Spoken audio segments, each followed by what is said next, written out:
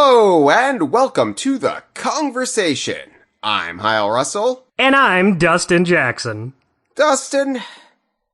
Hello. Hi. How's it going? Well, I've been thinking, as one does, about Squawks the Parrot. Yeah, every day. It's Well, your usual schedule. I do think about Squawks every day. Honestly, gun to my head, pistol in my mouth, pointed upwards towards my brain. I do probably think about Squawks the Parrot once a day. I just do. I can't help it. It's just part of who I am. And I was thinking, I don't know if you're aware of the schedule, Dustin. I said it all fancy, I said it properly. The Queen's schedule. English. Well, I guess it's not the Queen's English anymore. She's dead. It's the King's English now. The schedule is that in 2 weeks, old Squawks the Parrot becomes a hunk of Lego. Whoa, he's moving on up in the world. Yeah, I guess he is. Just like all the Harry Potter characters, people love them. Yeah. So Squawks the Parrot is just as important as Harry Potter. Yeah, pretty much. Well, maybe Harry Potter's what is his little gnome friend who likes socks? What is that? What is that about? Dobby the Elf Man. Yeah, I hate that character, but yeah, Squawks is better than that, and Squawks is going to be a Lego. We know Ramby's going to be a Lego, and of course Donkey, Diddy, Dixie, Cranky, Funky, and then a Mole Miner, and then a Snaggles the Shark. They're all going to be Lego. It's a big deal. Yeah, all the important characters in the series. Well, the ones that are that manage to maintain relevancy by sheer brute force of there not being any Donkey Kong game since Tropical Freeze. But, right. Yeah, still, it's a big deal. It's a big deal. It's coming in 2 weeks. The Kongversation, don't you worry, we'll be giving full coverage to the Lego release. Oh yeah, you better believe we're going to give our first impressions on this. But, in the build up to it, because this is the biggest cultural event for Donkey Kong since he dressed as a gladiator, I wanted to take this moment, because we did the character witness for Ramby last season. Right. And it was the first time we did a character witness for an animal buddy, one of the Kong's animal buddies. And I thought, well, Squawks has this big, prestigious honor that's about to be bestowed upon him. Would it not be the time to do a character witness in turn for Squawks the Parrot? Because, I don't know when Squawks is going to be this big of a fucking deal again. So we got to strike while that iron is hot, or however they make Lego. I don't know what they do. It's Squawks Mania 2023. It is. We're living it. We're breathing it. We're choking on it. We're stepping on it, because the Lego, you don't want to get the babies with the Lego because they'll choke. That's true. That's true. That's quite an observation. And Squawks has those bright colors too, so that just makes them even more appetizing. Yeah, because babies think everything's a nipple, and yeah, the more brightly colored the nipple, the more excited they get, and then they choke, and then people are like, "Well, you shouldn't sell that Squawks the Lego to babies." Yeah, we're gonna have to start checking IDs. Yeah, the world's a cesspool, Dustin. We can't have nice things because of the babies. So while we still can, I want to celebrate Squawks the Parrot on this special episode of the Kongversation. We're gonna go over his whole life story. It's gonna be fantastic. I literally cannot wait. I'm getting angrier as the seconds go by. Well, you're going to hate this then, because DK Vine is on Patreon. Now, Dustin, I'm poor. I hope you know this about me. I am poor. I'm a poor working stiff under the boot heels of capitalism.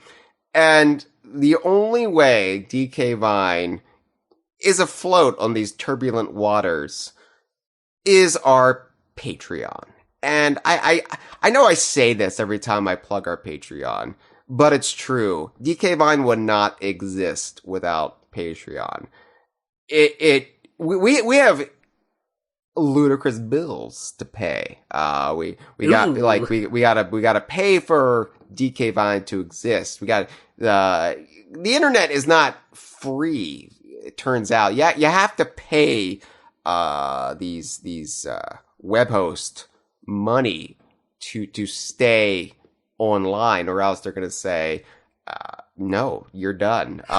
You don't get to be DK Vine anymore. It's what Elon Musk is running into, because Elon Musk is like, well, what if I just don't pay? What if I just don't pay? And it turns out, then they're gonna say, well, then you can't have Twitter. And he's just like, but I'm rich. I'm not rich. That's my excuse. I don't know what his excuse is. He's an asshole. But I'm not rich. But DK Vine stays alive thanks to our lovely patrons. DKVine.com/Patreon, or if you prefer Patreon to come first, Patreon.com/DK Vine. And I'm a sensitive lover. I will let Patreon come first. That's so good, Hyle. I always said my favorite thing about you is that you're poor because it makes you relatable. But I would love nothing more than for you to be an unrelatable figure and be rich from DK Vine. I don't want to be rich. Here's the thing. I want to stay humble. I want to stay a person of the people. I want to stay street level. Like you want to walk amongst us, is what you're saying, right? I don't want to be Iron Man. I want to be a street level hero, like the Daredevil, or I don't know, Luke Cage. I don't know, whoever in Marvel is considered a street level hero. That's me. I'm not the big billionaire living in the ivory tower. I'm with you, but it would be nice. Let me just say, I've made this pitch before here on the Kongversation, so just in case any genteel moneybags is listening, my good friend Bob Iger doesn't count because he's kind of being a dick right now to the striking actors and writers. If DK Vine's Patreon gets $2,000 a month, I can devote myself not only full time to DK Vine, I can start spreading the cheddar around a little bit to the staff as well. We can start turning DK Vine into an actual what do you call it? Occupation. So wow. Yeah, I mean baby steps. We're getting there, but that's what I budgeted. That's what it'll take for me, for the dream to come true. Cause like YouTube, we've been demonetized on YouTube for like 5 years, and I can't get anybody's attention there to say, hey, I think this was a mistake. We're just demonetized there. T-Public, they think we're AI generated designs. By the way, Dustin, right now on T-Public, we've got new shirts. We've got the Congo Canopy shirt just in time for Mario Golf Toadstool Tour's 20th anniversary. That's right, the 20th anniversary of prosthetic golfing fingers on Diddy Kong. Oh my goodness. I know. So, we got that. We also have the DK Vine neon logo that harkens back to the way our site looked from 2004 to 2010. You know, the years everybody was angry at video games, but people are nostalgic for that look, for that appearance of the site. So we got that shirt up there now. Yeah, I want to get that shirt. Like, of all the shirts on there, that's the one that I would get and enjoy wearing across my chest. I've got a few of our shirts now, and they're very comfortable shirts, I have to say. Even though the people at T-Public think we're robots, I know that they are, the shirts themselves are crafted by caring human hands, because they are lovely, lovely shirts. And yeah, even though our profits have been slashed in half, we still get a little bit of profit, so it's better than YouTube. It's better than YouTube. So check it out, dkvine.com/merchandise, or just check us out at T-Public. And finally, I mentioned, I made a little jape, a jungle jape about Elon Musk, the disaster that he is, the, heavy divorced energy, sad billionaire man just ruining Twitter for kind folk around the world. And yeah, I don't know what I did to have him fuck it up for me. I'm sorry. I made a couple Emerald Mine jokes, and all of a sudden you're just ruining the experience. But that's why DK Vine is also on Mastodon. You know, just like the Snowhorns. We're on Hive, which, you know, just like my character in Ukulele and Impossible Lair. And we're on Blue Sky Social now, which is beta access only, but it's slowly growing. The invites are slowly going around. Eventually, they will open their doors for the public.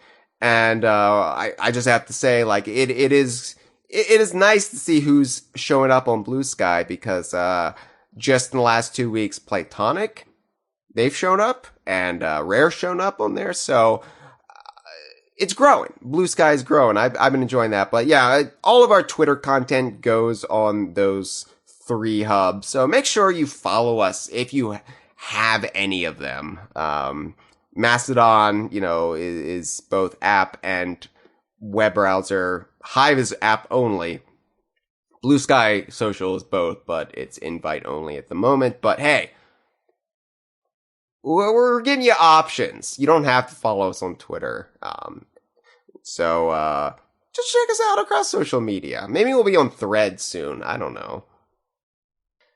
Who knows where things are gonna go? Yeah, I just have to keep, like, it's like a game of whack-a-mole. Do you remember Hard Hat from Donkey Kong Land? Oh, how could I ever forget? Yeah, well, that's based on a game called Whack-a-Mole, where you have to whack the moles that are popping out of holes. And that's what it feels like all these Twitter replacements are. It's just like, oh, maybe this is going to be the one. Better get on Blue Sky Social, because that could be the one. And I don't know, but who knows? I do know that it now takes me 10 minutes to do a tweet, because I have to copy it across all these different platforms, and they don't all just work with the old, you know, you could just do it all from one hub before, but now it's just all fragmented and broken, and I'm broken. I'm sad. Hold me, Dustin. Okay. There. That did make me feel better, thanks. That's okay. You know what else makes me feel better? What, Hyle? What could possibly make you feel better today? Squawks the Parrot. Oh, I love that guy. I like how green he is. He's pretty green. He's got a little yellow in there. He's got a little red in there. Yeah, it's a nice variety that all look good together on a parrot. Yeah, I agree. I agree. Dustin, Squawks is kind of awesome. Kinda, yeah. Like, if you really stop and think about it for 3 or 4 hours, he is pretty awesome. He's the little parrot that could. Oh, that's adorable. You know the little engine that could. That little childhood parable we tell the babies who choke on the Lego. Of course. I never liked that story, Dustin. And let me tell you why. I was never a train kid. You know, various kids go through this phase where they really like trains or tractors or like dump trucks or whatever. And I never liked any of that. And you know why? How come? Because that's somebody's job. That's work. Like, driving a train, that's hard work. And I'm all about the play. Yeah, I don't got time for business. I'm here for pleasure. Right, exactly. So, like, in my free time, why would I romanticize about a train when I know that would just, if I was an engineer, a tradesman, that would just take me away from my home, my loved ones, for days or weeks on end. That's not something I want to fantasize about as a baby. Right. Like, I don't get anything out of seeing trains with faces on the front. No, that's just nightmare fuel. Yeah.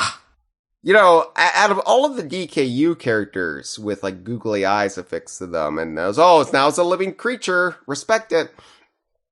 They never did that in Banjo-Tooie with the train. Chuffy. Right, yeah. Right. It just had Old King Cole inside. Right. But Chuffy was just a train. Chuffy wasn't like Thomas the Tank Engine who was like, hello! Was that Thomas the Tank Engine? I just guessed. Hello, I'm a train! Oh, was that Thomas? I haven't seen a Thomas the Tank Engine thing in many, many a year. Oh, I just But he's like British, right? Well, I know Ringo Starr was the narrator for a bit. Yeah, that sounds right. He wasn't Thomas though. He was just the omnipresent like god of Thomas the Tank Engine. Right. Yeah. Right. Yeah. So anyway, I never liked that story, Dustin, because it was work. It was trying to force capitalism on me as a little kid when I was when you're a kid, you want to be about pleasure, and then they take that away from you when you get old enough that you have to have a job, and that sucks. So what I liked as a kid, I liked animals, right?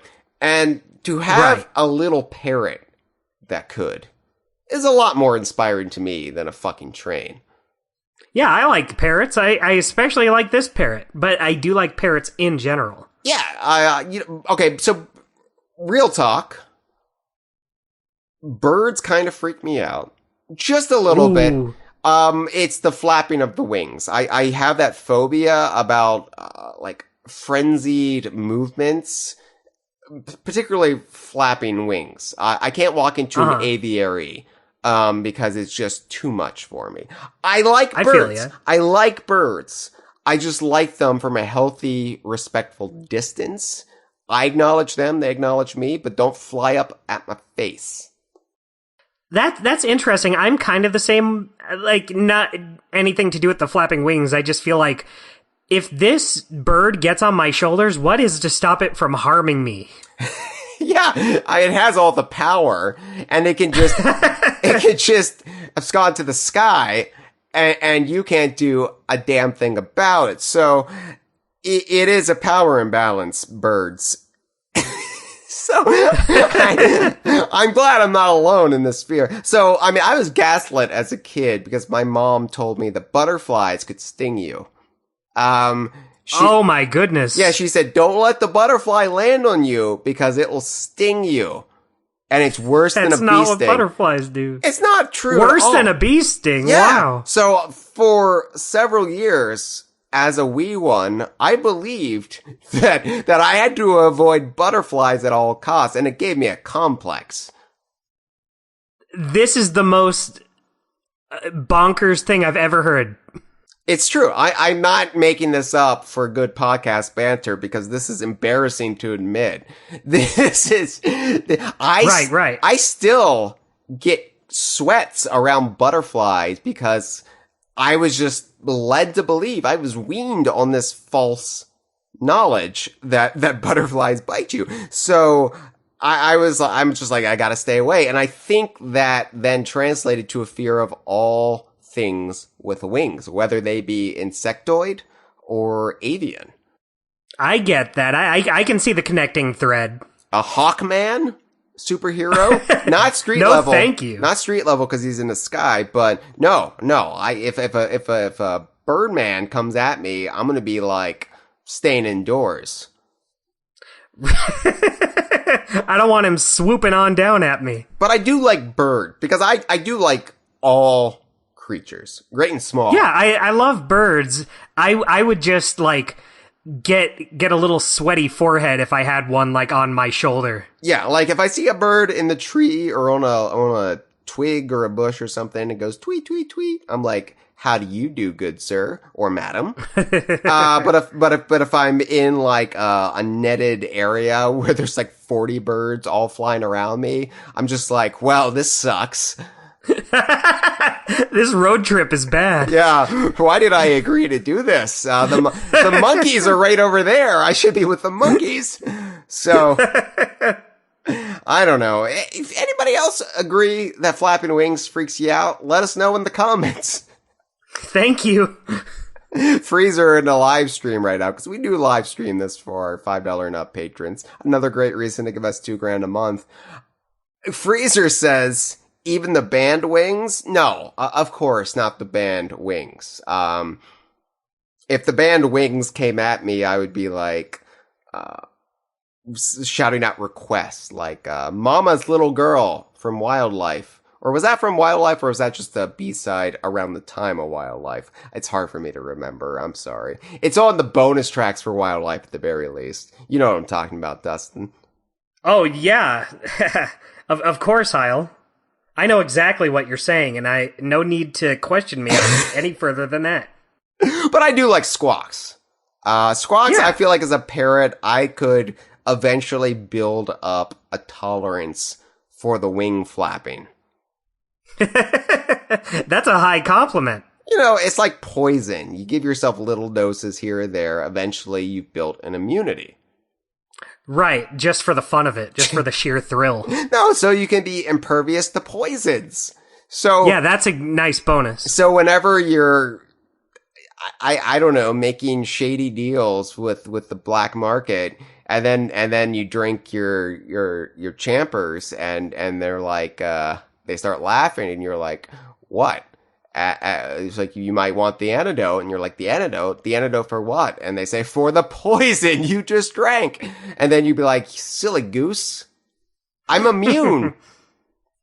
Don't you just feel so ridiculous now? And also, I'm not scared of geese because I built up an immunity for flapping. So your plan B is out the door. Yeah, don't send the geese after me. Plan A was the poison, plan B was the geese, and now they're just screwed. Yeah, we talked a little bit, Dustin, about Rambi, and how Rambi, even though this is never established per se in the games, it's easy to imagine the character of Rambi the Rhino sort of being Donkey Kong's dog, right? Yeah, like the love that equivalent, guy. the equivalent of Donkey Kong's dog, like a wild dog, but still the closest analog to Donkey Kong having a dog, nonetheless. Like, it's hard to picture, though, how Squawks the Parrot came to befriend the Kongs, other than maybe they set out a bird feeder. Maybe something will be interested, Diddy. You know, Rambi is just, I think because Rambi pants like a dog, you just kind of have this like, oh, he's kind of like Donkey Kong's dog. Whereas the other animal buddies, it's more nebulous. Like, well, how did they really come into this circle? I don't know. That's a good question. Yeah, and with Squawks, I just think for whatever reason they were feeding the wildlife, and this parrot started like coming by expecting seeds or whatever. And you're not supposed to feed wildlife necessarily, because then that builds up a dependency on you or people in general, and then they will stop fending for themselves, and they're going to also be approaching humans at all times expecting food, and that can become quite dicey, especially when it's like bears, you know. Right. But people do it with birds all the time. They do it in their backyards. For the people fortunate enough to have backyards, they have bird feeders, and people, they're just like, let's feed the birds. Let's feed the birds. All birds are welcome here. Let's feed the birds. And birds expect it, and we're somehow cool with this, even though we're not cool with feeding coyotes. And I don't know why we make this distinction. I don't think it's fair to the coyotes, but I totally agree, but the good thing about Squawks is Squawks has shown a level of sentience that I would not think that this little green parrot would become dependent on getting food from Donkey Kong and Diddy Kong. Squawks seems the type to be like, hey, I'll take a snack. All right, thanks. See ya. We'll talk a little bit about Squawk's sentience, because it's an interesting talking point. Because the level of what Squawks can do or think compared to birds are smart. Don't get me wrong. Birds are basically feathered Einsteins. They are brilliant, as are many animals in this great vast planet of ours. But whether or not Squawks is basically a feathered contemporary of the Kongs, or it's just a bird who's quite good at mimicking their language. That's a debate we're going to be having, I have a feeling. But I think part of my trouble with figuring out how Squawks came to be roped into all of this, it's kind of twofold, right? Because part of it is because we associate Squawks more heavily with Diddy and Dixie rather than Donkey Kong, due to Squawks' true breakout role being in Donkey Kong Country 2. And, with Donkey Kong, we didn't really have that level of interaction that we necessarily had with, like, Rambi, but also the fact that Squawk's first appearance, he's holding a flashlight. And, that's a very specific thing to have a bird do. Yeah, that could have been like anything. I guess the fact that he can fly around while carrying it gives a freedom to him. I guess, yeah. It's interesting looking at animal buddies as a concept. And animal buddies are one of my favorite concepts. In Donkey Kong, in the DKU, in video games, in life, if I'm honest. But we've got these tiers of animal buddies, really. Especially those original animal buddies from the Rare era. And yeah. You know, I realize we haven't had many animal buddy appearances post-Rare, but there's this notion of the ancillary animal buddy versus the more prominent crew of animal buddies, i.e. the ones you can notionally control, be it as a steed or in animal token minigames or transforming into them via animal barrels or the animal transformation crates in the later games. So, ancillary animal buddies are usually a support animal buddy with a very minor task in comparison to what we expect from the prominent animal buddies. So, for example, I think really, in every case, shining a light in a dark place. Because this was Squawks in Donkey Kong Country. This was Glimmer in Donkey Kong Country 2. And lest we forget, Glower the Tadpole in Donkey Kong 64. There's also Clapper, the seal, in Donkey Kong Country 2 and Land 2. He appeared in 2 stages, where you just bounce on his back and he cools down the water. But,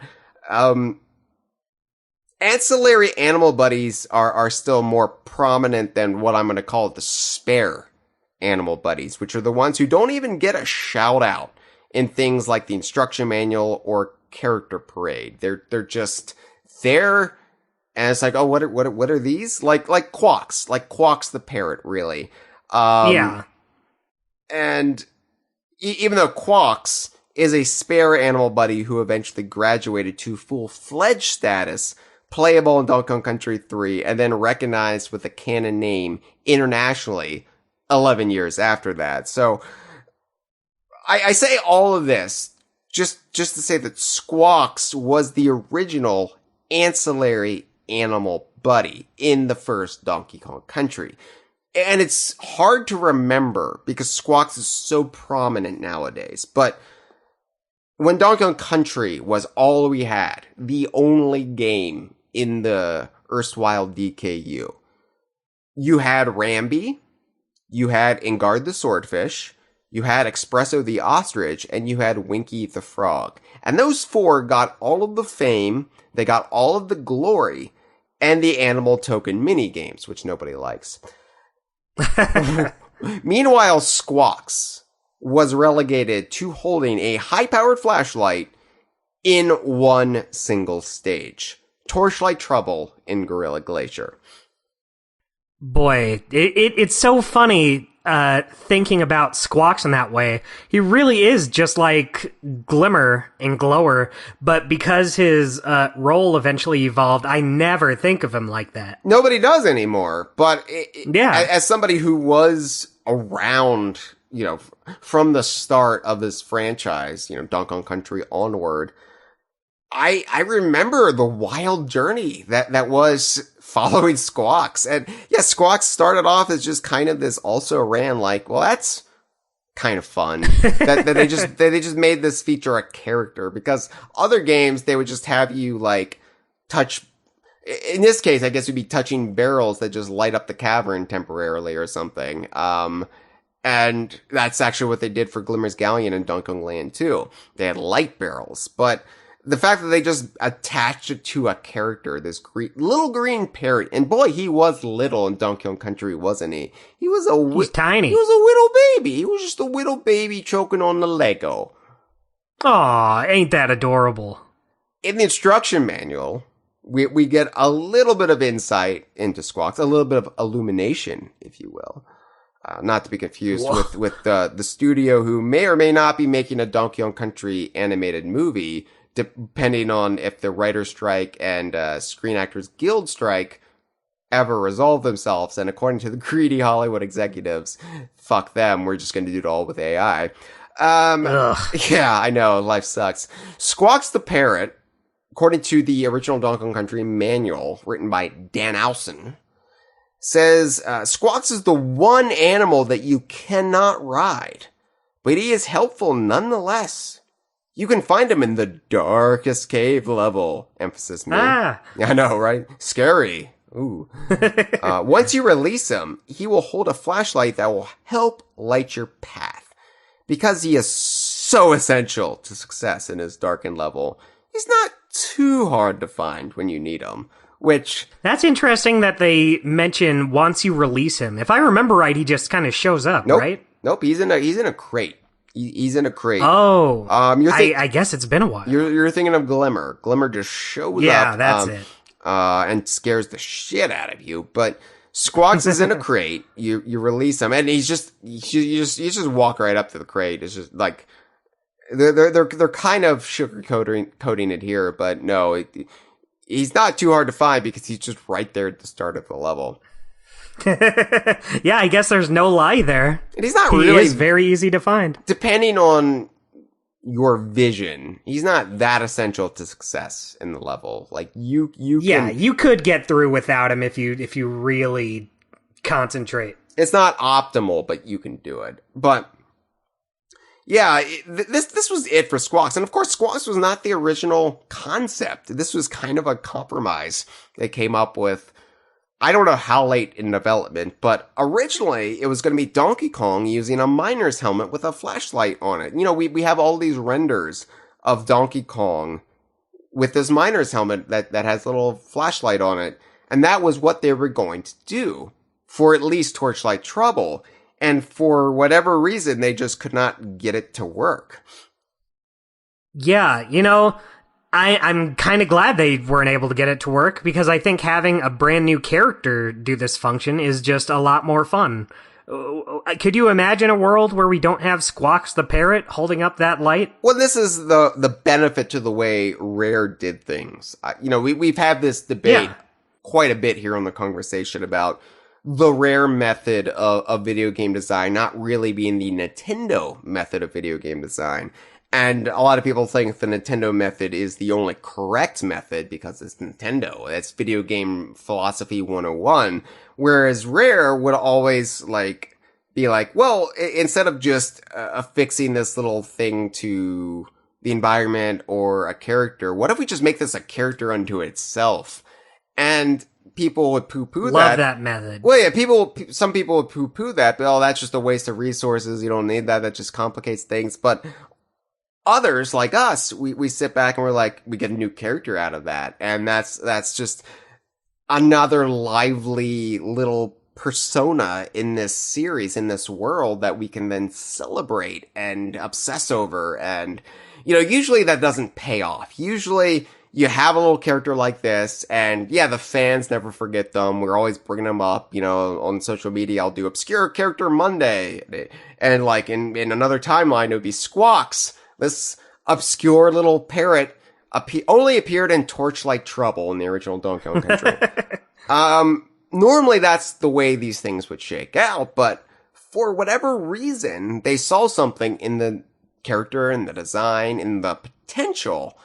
And so while Squawks was just a compromise in Donkey Kong Country, eventually the seed was planted, the bird seed was planted, and they said, we can do more with this character, and bless them. They did. They really did.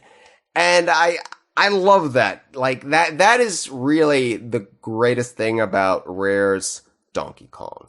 And really, like, you also say Banjo-Kazooie and so many other of their franchises, but this is what they brought to Donkey Kong. This is what made their Donkey Kong series such a fun thing to follow as it went from entry to entry. Is not only would characters come back, that you wouldn't expect would come back. Like, sometimes characters would just wouldn't show up in the next entry, and they'd be like, okay, they're taking a little break. Like, Candy Kong sat out for a while, and you're like, oh, okay, I want to see Candy again, but that's fine. But, you know, it's just, what characters are coming back in this entry? What are they doing in this entry? And it was really fun with the Kong helpers and the animal buddies to see that sort of evolution. And it was always just a treat, like each new entry, who's going to be in this one. And it was just like catching up with old friends and meeting new ones. Yeah, totally. It's not like today where it's kind of a gamble whether or not a lot of characters will show up. Right. It's the lament of the Donkey Kong fandom. It's something that our own Jeff Onen really harps about, because, and I think he's right. Like, I won't go to the extremes he does, where he says if you make a Donkey Kong game that doesn't have Engard the Swordfish, you're making a bad Donkey Kong game. I wouldn't necessarily agree with that far, because I really like Retro's games, but yeah, same. It is like this eternal bafflement. Like, why can't you use Donkey Kong characters? Why is that forbidden? Why is that a bad thing? Why are we the only series that gnash our teeth and be like, well, I guess it would be stupid to use the main villain of Donkey Kong. You're right. Yeah, I feel bad. What was I thinking? Having DK's equivalent to Bowser. Yeah, I guess it would be a bad thing to reference a Donkey Kong game in a Donkey Kong game. You're right. It's probably better that they reference Super Mario and Zelda and Metroid. I get it. We suck. I understand. I get where you're coming from. It's this very, like, I think it comes from us being so beaten down from the drama of the Buyout era, and then we're just like, okay, well, we'll just take what we can get. And then it's like, and then we've internalized all that negativity from the critical consensus, the zeitgeist of the Buyout era, where it's just like, well, yeah, you're right. We suck ass. You're right. Nobody wants to see these trash characters. It was like when Nintendo Power talked about Donkey Kong Country Returns, and they're like, thank God they got rid of all the Kongs. They sucked. And even Diddy for a while, they were like, I hate that Diddy guy. Yeah, and then because Donkey Kong Country Returns had Donkey, Diddy, and Cranky, they were like, they're the only good Kongs. Kiddy Kong and Candy Kong and Funky Kong can go to hell. And then they bring back now it's okay to like Diddy. And then they bring back Funky Kong, and they're like, all right, we like Funky now. It's all nonsense. But yeah, it was, I should say, the treat of that era is just from year to year, just seeing who would show back up. And I think Squawks, maybe not the most interesting character to follow, because of course K. Rool's whole evolution, I think, was the most dramatic. And of course Diddy's arc from sidekick to video game hero, and Dixie's own similar arc. They're more like interesting from a conceptual level, but I think Squawks is the most surprising. Starting from where he began in 1994, you would not expect him to become probably like the seventh biggest mainstay in the series.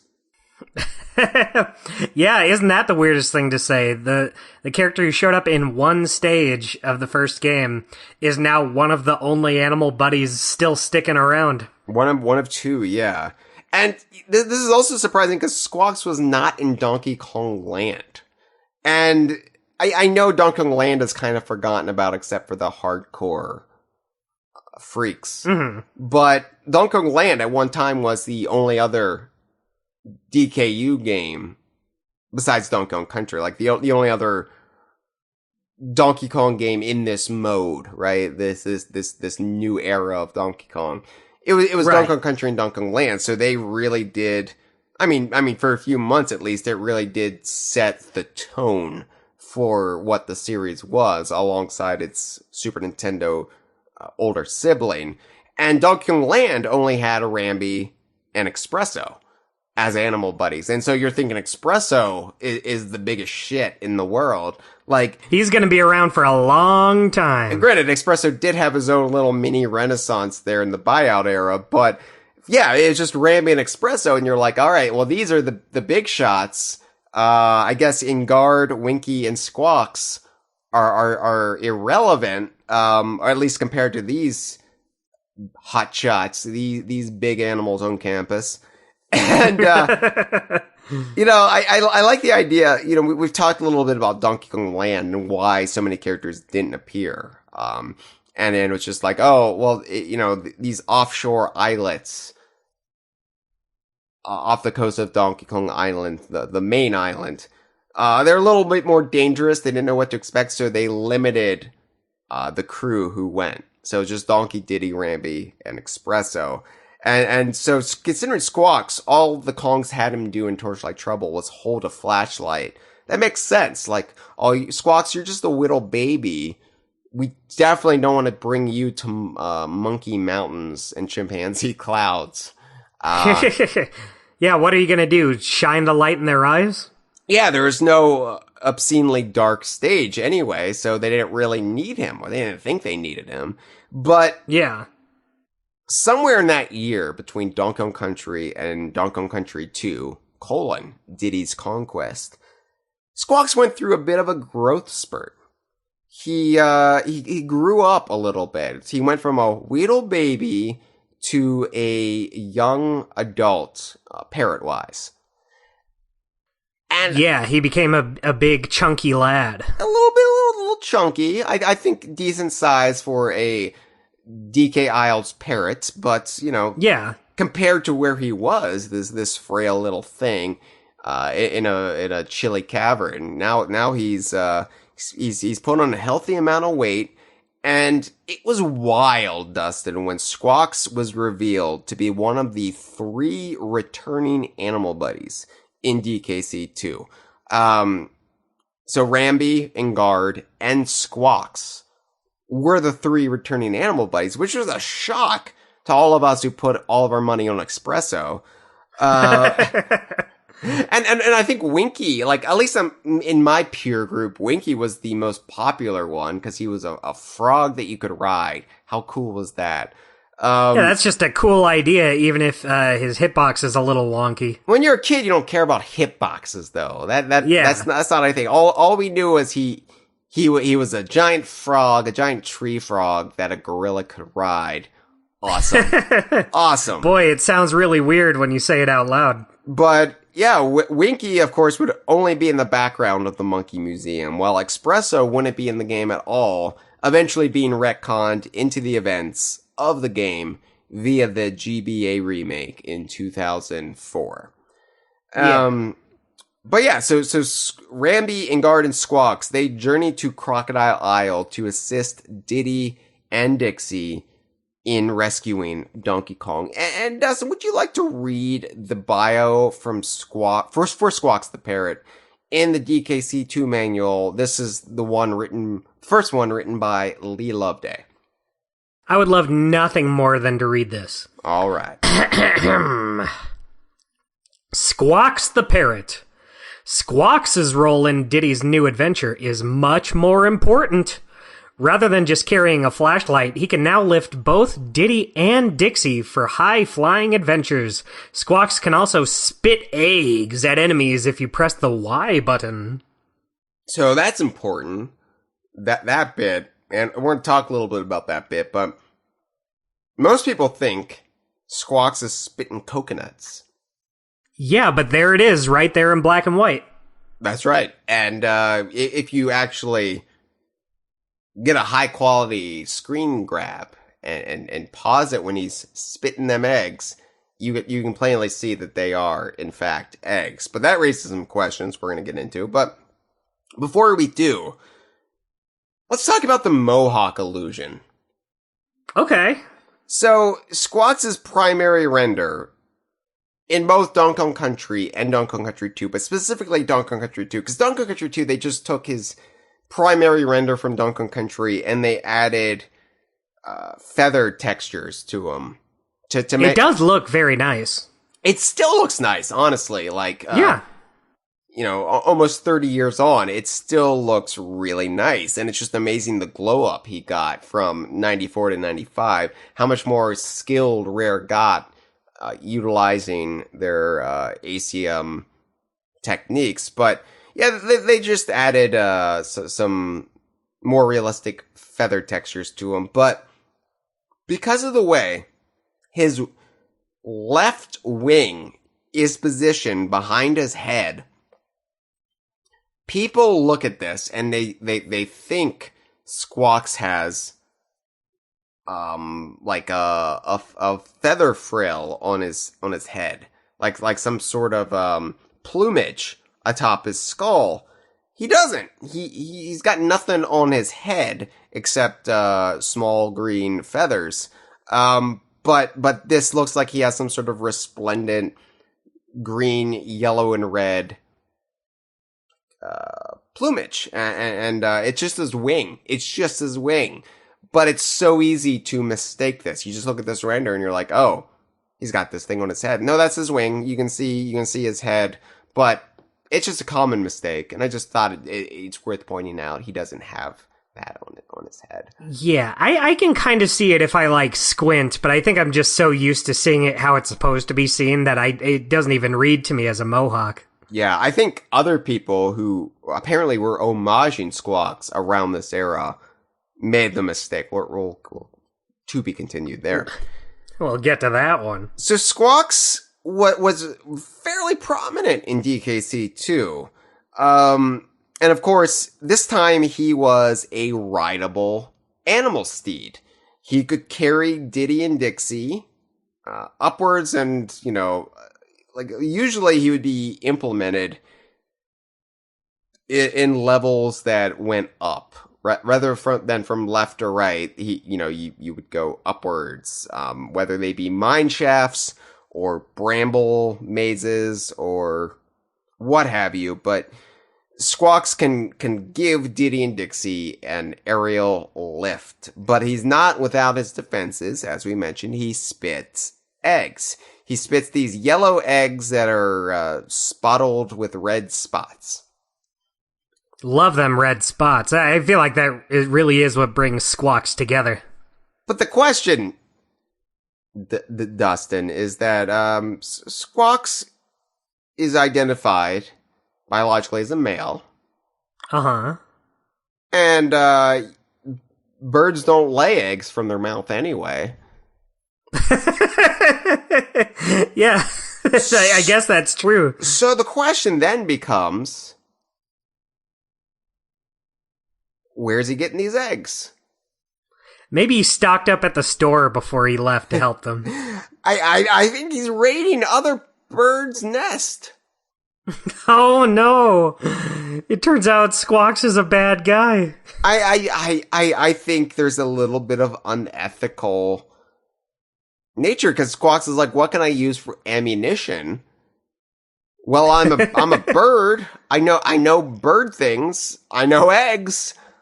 And I know where to get the eggs. Now, there is the possibility, however remote, that he's raiding nest on Crocodile Isle with like Kremlin affiliated birds. Like maybe these aren't parrot eggs. Maybe these are it's still unethical because he's still robbing potential children from wanting parents.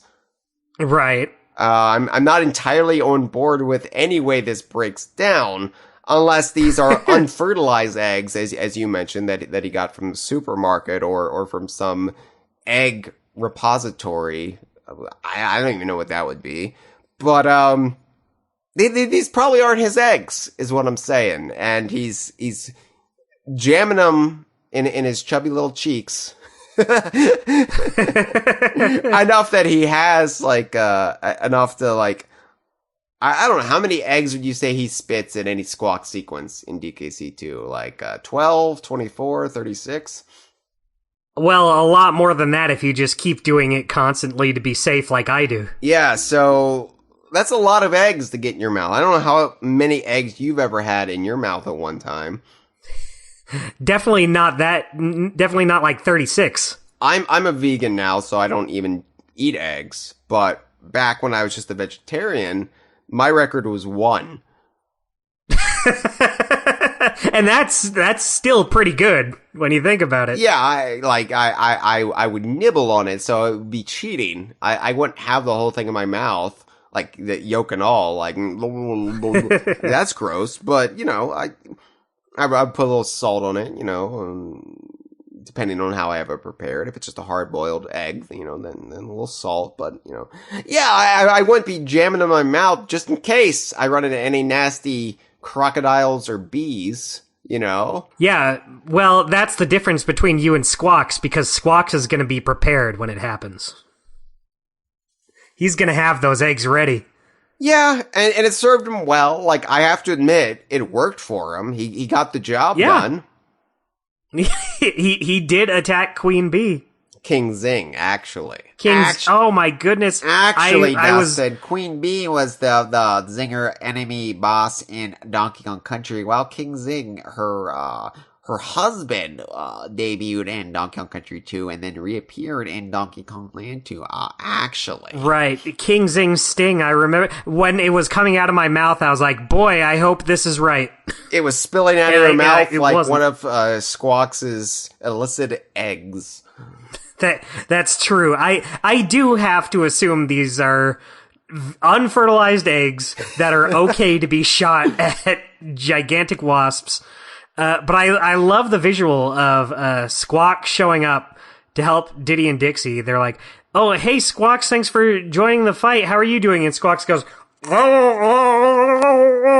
This is why he actually didn't talk much until Donkey Kong 64, because his mouth full of eggs. You can't really talk. It's rude to talk with your mouth full of food. Yeah. Yeah, I feel like before DK64, he finally got the last one out of there. Do you know why babies don't talk, Dustin? It's because they have their mouths full of Lego. That's true. It's also rude to talk when you have Legos in your mouth. Right. And if you have a Lego Squawks in your mouth, that's doubly bad, because you know Lego Squawks just has Lego eggs in his mouth. It's to the guillotine with you if you do that. Yeah, so this is why I always wanted a Squawks solo game. Because wow. No, this is like the first spin-off idea I had. Playing Donkey Kong Country 2, I was like, you know, Squawks could support his own game. At this point, I'm sold on the concept of Squawks so hard that I want Squawks to have his own game. Like, this is before Banjo-Kazooie, Conker's Quest, but before any of those we're even fantasized about. It was just like what we had was Donkey Kong Country, Donkey Kong Land, and Donkey Kong Country 2. So out of those three, what character would I like to see have their own game? Squawks the Parrot, please? Obviously. Just because I felt like there's so much potential there, and his levels played differently enough that I thought like you could get more mileage out of it. Plus, I wanted to know where he got those eggs. Right, they could finally delve into his backstory. And maybe there's this whole, like, plot just under the surface about where he was getting these eggs, why it was a good thing he was stealing them, and, like, maybe he was trying to prevent a greater threat. Like, maybe there was some sort of, like, nefarious parrot, queen or something, and you're stealing her eggs, so she can't have her own, like, uprising or whatever in the Rare Archipelago. What a twisted and compelling story. You could still retcon it. You could still say this story happened between Donkey Kong Land and Donkey Kong Country 2. This is the story of how Squawks got his eggs. Yeah, there's nothing to contradict it at this point. And you know that's exactly what Nintendo would do. That's their MO to a T. Oh, I think Donkey Kong fans really want a story set between Donkey Kong Land and Donkey Kong Country 2 that explains this very minute plot detail. Let's make a game. I mean, to be fair, at this point, I would take anything they want to give us. Yeah, I'm kind of desperate at this point. I would take a sequel to Donkey Kong Country Barrel Maze, and I would like it. Well, you would have taken it regardless. Yeah. Of where the franchise is right now. Squawks' biggest triumphs, I think, happen in Donkey Kong Country 2. So, I've compiled the list, Dustin. And okay. Normally I don't like lists here on the conversation because it doesn't facilitate good chats. But I think this is worthy of spilling out of our mouths like smooth yellow red spotted eggs, because it helps really put into place in everybody's minds, everybody listening to this, exactly how much of a big shot Squawks was in DKC2. So Squawks was rideable in that Diddy and Dixie could hitch a ride in his talons in the following stages: Squawks' shaft, Bramble Blast, Bramble Scramble, Target Tear in a bonus area only that took place in the Brambles, Parrot Shoot Panic, of course, alongside Quawks, but and of course the second purple parrot, Squawk. But I realize of course not everybody accepts the canonicity of Squawk. But Squawks was playable or rideable in Parrot Shoot Panic, once again in a bonus area, but that was cool that they got him in there. And Windy Well, but only in a bonus area that again took place in the Brambles. Now you could transform into Squawks using the animal barrels, where you just play a Squawks and you don't have Diddy and Dixie tagging along in his talons. You could transform into him first with a battle against King Zing in King Zing Sting, in Castle Crush, in Toxic Tower, in Screech's Sprint, and of course in Animal Antics. And I would argue his prominence in those iconic Bramble stages, alongside that huge spotlight fighting King Zing, which apparently in the notes I wrote as Zing King, which, wow, dyslexia much? A little. Yeah, wow, what? Alright, and in the final regular level in the game, outside of the Lost World, in Screech's Sprint, giant showcases for Squawks there. More so than other animal buddies really got. And then, of course, you've got the... Yeah, I didn't realize there was that many. You've got the infamous penultimate sequence in Animal Antics with the Windy Brambles. Mm-hmm. Like, that is, I think, the most searing moment in DKC2, because it comes right before you beat the game. It is the hardest level in the game, and it's the hardest part of the hardest level. Yeah, it's infamous at this point. Like you get good at it, yes, and it doesn't become that big of a hassle. It still takes me 2 or 3 times when I'm replaying it to get through it, but back in the day when it was your first time, and if you were a kid playing it, it could take you all day. It could take you multiple days to get through that. It was hard, especially before save states, especially before any of that. Like it was brutal. And I would say this really puts Squawks over the top, and even over in guard, arguably, for those who loved and played DKC2. Squawks would not be the big damn deal he is today without those iconic moments, without those very prominent set pieces. I think Rare, the DKC2 team, knew what they had once they graduated Squawks into this role of he can fly, he can shoot eggs. That really opened up the possibilities of what you could do in a Donkey Kong Country game. And they really leaned into it. He's the first animal buddy to fight a boss. Yeah. That is a rare honor in and of itself. An animal buddy fighting a boss instead of the Kongs. That very seldom happens. In fact, I think that's only been bestowed upon Squawks, Ellie, and in Guard. Correct me if I'm wrong. If I'm forgetting I know, I think you're right. Because I know, like, the retro games, no, that doesn't happen. Donkey Kong 64, the animal buddies had even less to do, arguably, than the retro games. So, it really is just like DKC2, L2, DKC3, L3 are really the big showcases for the animal buddies fighting bosses. And it's just those three. But Squawks is the one that really, like, did it first. And he fought a boss. He did so much in the game, and he even had derivatives, right? He had Quawks and Squawk, which I realize the greater fandom doesn't recognize as a canon character, but we at DK Vine, there's two purple parrots, and it's not like one of them broke out of a crate, so you could argue it's a hard light hologram like in Guard. He's just there, and you pass off one to the other. So yeah, that's the only explanation. But for simplicity's sake, we'll just refer to Quawks. But just know that Squawk, the second purple parrot, looms large in our hearts.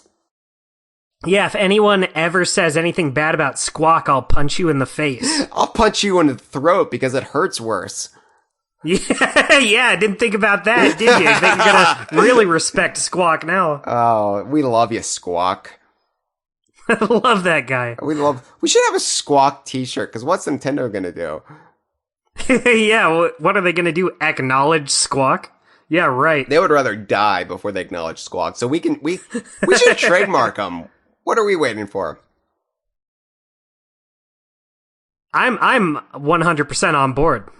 We'll have a Squawk merchandise empire. It'll sell just as well as our Grapes shirt has. Toys, t-shirts, direct-to-DVD movies, whatever you want. So, I want to discuss Squawks' relationship with Quawks and Squawk. Because it's a little bit nebulous, but it actually is defined to a certain extent. So, official Donkey Kong Country 2 literature in the West pretty much ignores the existence of the purple parrots, much to my chagrin back in the mid-90s. In fact, the Nintendo Power Player's Guide refers to them as purple squawks. Come on. Right, like, that sucks so hard, Nintendo Power. Yeah, they're usually really good. I usually like their guides like the best, but they're gonna pull that. They're gonna drop that slop in there. They just didn't care. Like, I was coming up with a fan name for them back in '95 based on Swanky's bonus bonanza, because Swanky asks you, "What's the name of your parrot animal buddy?" And this is before you meet Squawks, right? And so the options were Squawks, Squeaks, and Flapper. Maybe not in that order, but so anyway, I was like, oh, the purple parrots, Squeaks and Flapper. Bam! Awesome. And that's what DK Vine referred to them as up until 2007. And when everything changed. Well, we finally, because it was Payon that gave, at least the name Quawks to us. Because, in Japan, apparently in supplementary material, God bless them, the Japanese named at least one of the purple parrots, named them Quawks.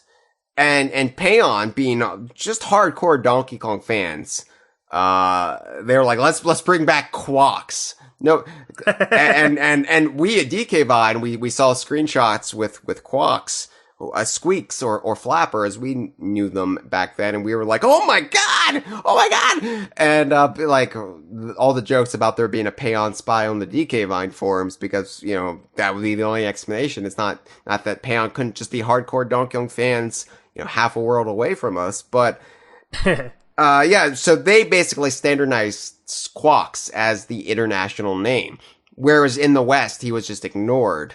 In Japan, they did give him this name in, like, I think guides, and Payon, being hardcore Donkey Kong fans, rolled with it, and then that canonized Quawks internationally, which is just awesome. And, because of that, then we named the second purple parrots, renamed them from Flapper, to Squawk. Just to stick with the theme of being Squawks with a letter removed. Yeah, because it wouldn't work anymore. But yeah.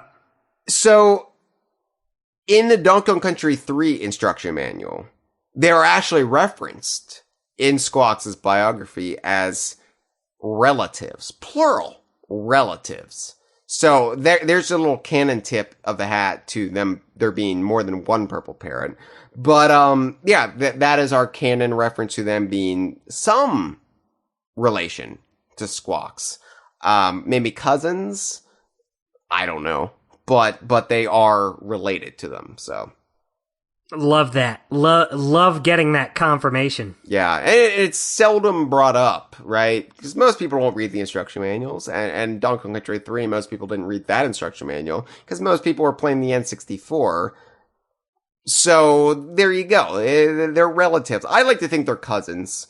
Back when I was, I think so. Back when I was a kid, I thought maybe they were like Squawks' brothers, but I at this point I'm more accepting of them being more distant. They're the Crocodile Isle distant relations who then moved to Donkey Kong Island when everything went kablooey on Crocodile Isle. If they were his brothers, they would probably just say like siblings or something. Like relatives, I think implies that they're not in the immediate family. And they're purple, so there's probably a little bit more distant genetic link there, but yeah. I like that. I like that idea, right? Like just that they're they're related. Like Squawks maybe has a big family, and a big family that's happy to help. Let's also discuss something else Donkey Kong Country 2 brought to the canon of Squawks. So Squawks, like I said, really came into his own in DKC 2 and really became, especially for Diddy and Dixie, like the just one of the more reliable stalwarts of the animal menagerie for the Kongs. Yeah. But K. Rool also introduced his own animal buddy in DKC 2, his own parrot. Being the pirate captain in the game, he had to have a parrot companion. And that was what brought us Screech, who is sort of the dark mirror counterpart to Squawks, the Wario to his Mario, if you will. Yeah, I like that. The one thing I kind of wish we got more out of Screech, I kind of wish we got to see him with Captain K. Rool more. Yeah, but I like that he's here. Yeah, the problem is with a game like DKC 2, you're not going to get cutscenes, and you're not going to get like Screech on Captain K. Rool's shoulder, right? Yeah. That would have been great. And of course, the Donkey Kong Country cartoon just whiffed it because they had the character Polly Roger instead of Screech. And I'm like, what about Screech, Donkey Kong Country cartoon? What about Screech? Hyle, that is insane that you remembered the name of Polly Roger. I am a much bigger fan of the cartoon than you are, and you couldn't pay me to remember Polly Roger's name. No, I remember it because it makes me so angry. You're driven by hate and spite for this parrot. I woke up at 2:42 in the morning the other morning. I was going to say night, but I guess it was morning. And I just started pacing in the bedroom back and forth, just muttering, Polly Roger. They went with Polly Roger, not Screech. Why would they do such a thing? This is why, even though the Return to Crocodile Isle short did warm me more to the cartoon, it still can't get me all the way there. Right. There's some hurdles you just can't jump. It is a shame that the Game Boy Advance remake did not have, and because they did add sort of cutscenes, right? Right. It's a shame that we didn't have Screech on K. Rool's shoulder at any point, but I understand. I mean, I would have even taken just like a render or something that shows, because I don't think there's any of those that have Screech on his shoulder either, right? No. There's only two renders. That would have been something. There's only two renders of Screech. There's the standard render of Screech, which, gotta love that they even had a render of Screech, because, at a certain point, we'll say 1999, they just wouldn't have done that. This character who's in one stage and will never ever be seen again. Yeah. He's also on the Western box art for DKC2, North American box art, where Screech is in the upper left-hand corner of the box, beating Squawks with a baseball bat. It's so... What a bird using a bat to attack another bird is just such a ludicrous concept. I love it. It's such a stupid concept, and it's also over the top violent. Like, what the hell? Like, yeah, it also has nothing to do with pirates. no. I think it's because they were doing Ken Griffey Jr.'s winning run, and they had a baseball bat in their files, and they're like, let's just give them a baseball bat, and let's just have them beating Squawks. Like he's a piñata. One thing I like is that it's not like perfectly the exact same pose, but I like that it is like the pose for when Squawks gets hurt. Yeah, and you got the feathers like flying off of him. It's so violent and makes no sense. I love it. DKC2 is full of these little violent little motifs. We got this on the box art where, again, let me reiterate, because I don't think we've really sold this enough, the ludicrous nature of this. Beloved Parrot, Squawks, is getting violently beaten with a baseball bat on the box art to DKC2. Like, this... It looks like he's begging him to stop, too. He's like, please, I'm non-violent. Please stop hitting me with this bat. And Screech is like, no, I'm not gonna. Yeah, it's just like, we also have like K. Rool beating Donkey Kong with his blunderbuss, like the hilt of his blunderbuss, and also shooting him at point blank range. Like, we have an extended torture sequence with Donkey Kong getting beaten. And I just love how over the top DKC2 is with this. Like, it's still cartoony. There's no blood. But yeah, but you wouldn't be that shocked if all of a sudden a character pulled out a knife. yeah, like there's just that moment in DKC2 where Swanky gets shivved. It's out of no. It's just it can randomly happen in one of the worlds, and you're just like, oh my god, what happened? Yeah. Oh Jesus, Swanky, I'm sorry you got roped into this. I think, is this the only time Squawks appears on the box art for any of the games? Yeah, I can't remember. It might be his only box art appearance is him getting the shit beat out of him with a baseball bat. And there's so much going on in these early box arts, but especially DKC2. There's just so many little details. And this is, I think, the detail that so many people overlook the most. Just Screech the parrot beating Squawks the parrot with a baseball bat. Oh man, I can't look. I love Squawks. Yeah, but boy, I cannot get enough out of him being assaulted by Screech with a bat. I love it. I love Screech. I really wish Screech would come back. I really wish so many of these characters would come back, but Screech, I feel like, has so much potential as this whole notion of K. Rool having like dark analogs to the animal buddies. You can do a lot with that. Totally. You can do a lot with that. And we got a taste of it with Screech. Would like a little bit more. But Squawks did come back in Donkey Kong Land 2. It wasn't like Donkey Kong Land where he was shut out. Squawks and Quawks both came back in Donkey Kong Land 2. But this time you could only transform into Squawks. You could not ride Squawks or Quawks, because you couldn't do that with any animal buddy in DKL2. You could only transform into them in DKL2 and DKL3. So this was confusing having Quawks and Squawks both in Donkey Kong Land 2, because, of course, the Game Boy is monochromatic.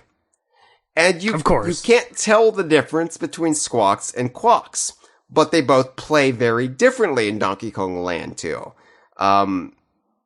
Squawks, of course, controls about the same, does what he can do in DKC2.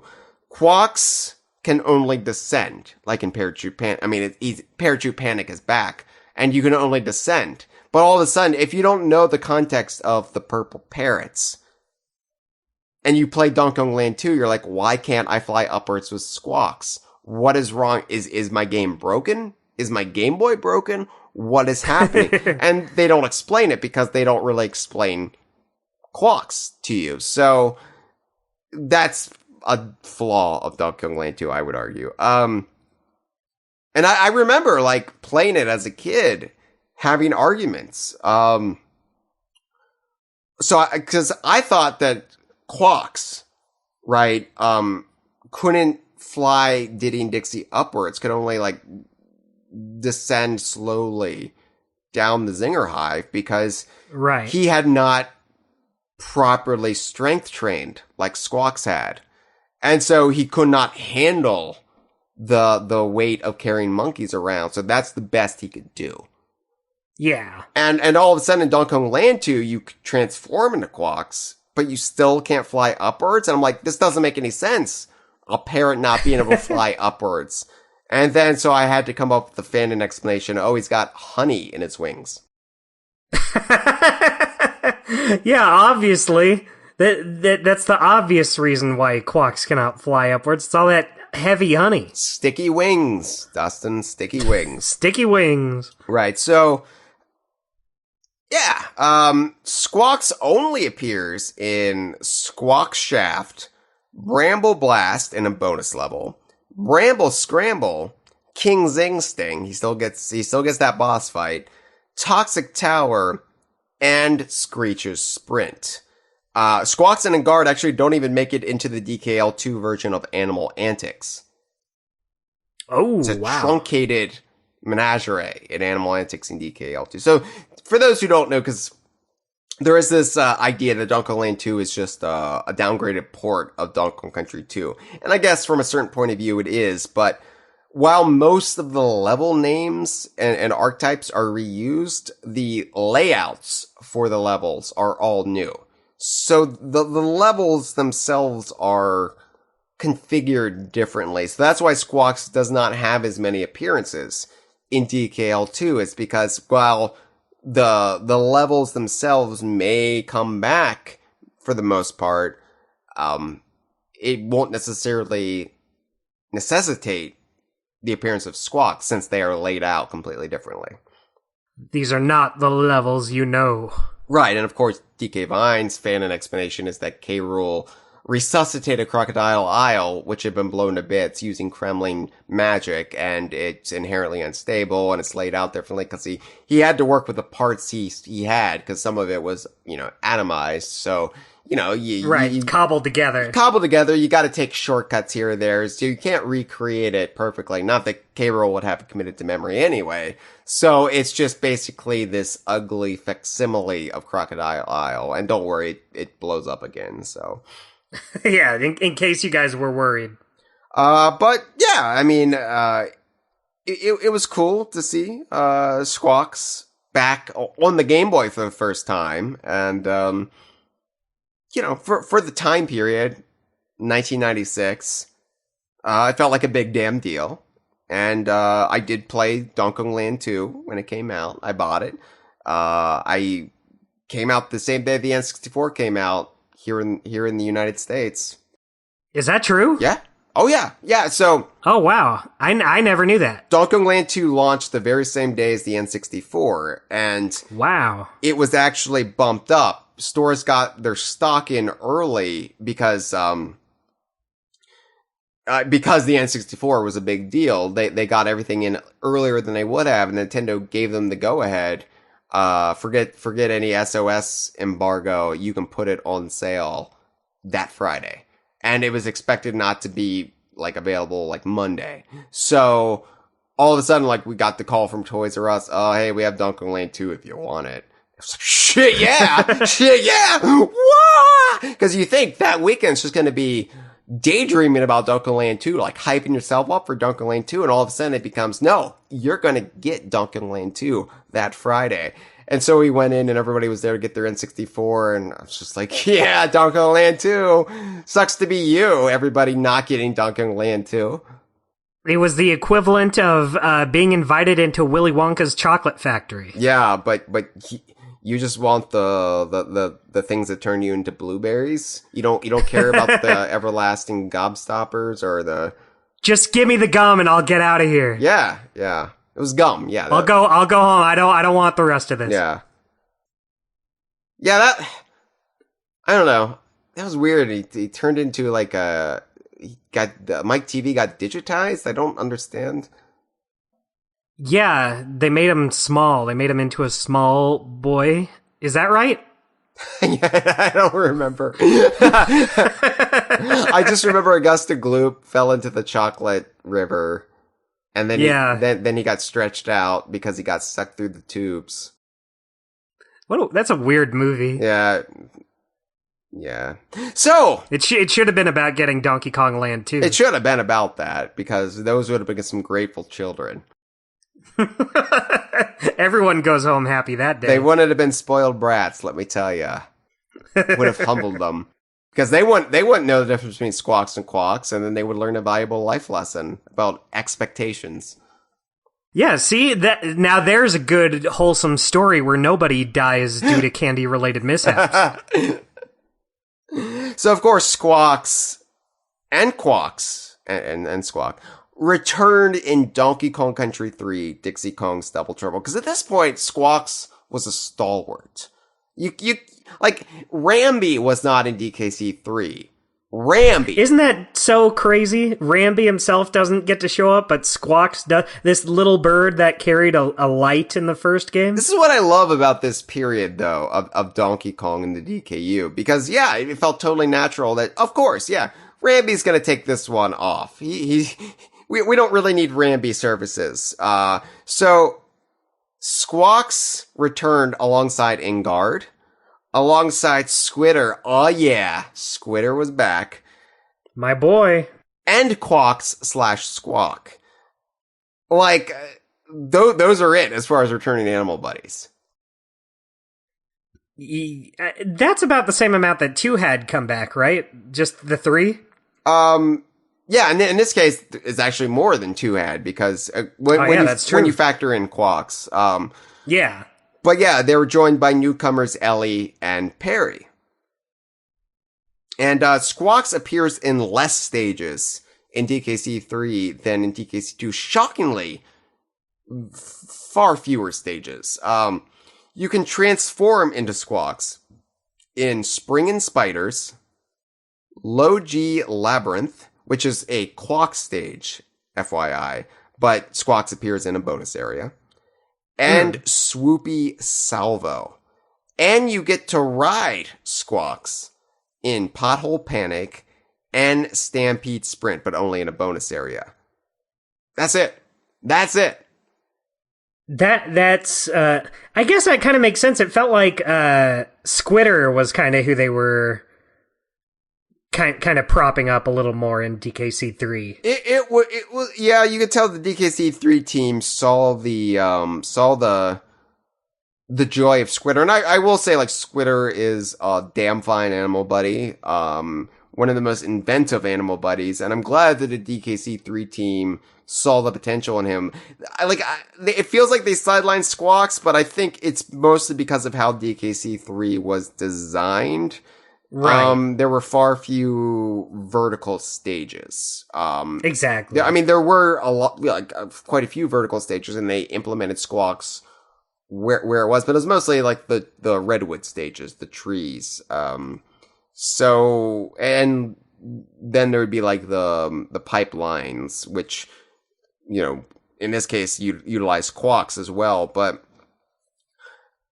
yeah, like, Squawks only shows up in Kremwood Forest, the second world, Mechanos, the fourth or third world, depending on which order you play them in, Razor Ridge, which was the sixth world, and Krematoa, the lost world.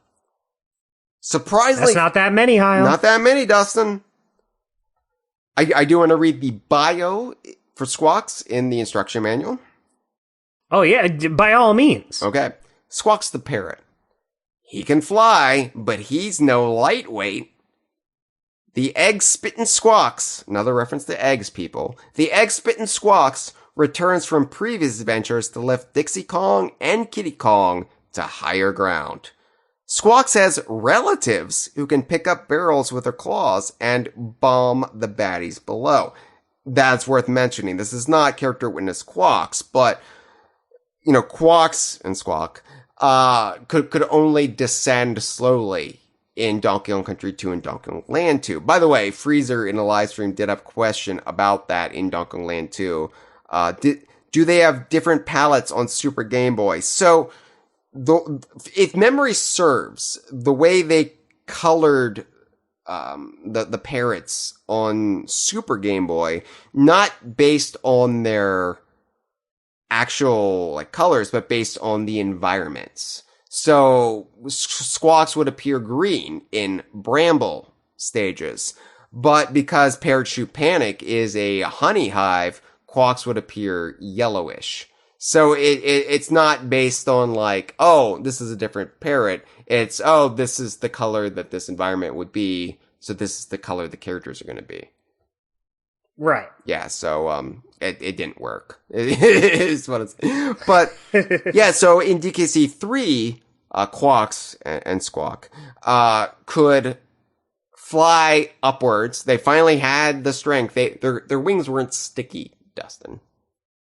Not this time around. They learned after last time. And their big skill is they didn't spit eggs like Squawks because they're no cradle robbers, but they can lift barrels with their talons and drop them or drop kegs, which was a really cool, I think, boost to give them. It was a cool way to implement these different parrots from Squawks, bringing back the concept first toyed with in Parrot Shoot Panic, but really doing something more with them and giving them different skills separate from Squawks that then made them their own unique thing. I really liked it.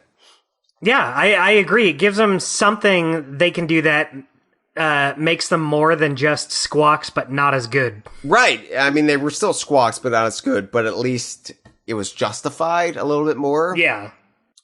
Which again, I really like Parrot Shoot Panic, and I like that they made them characters rather than just like, let's just give them like a parachute, like a parachute, right? Or some sort of tarp that they just slowly glide down with.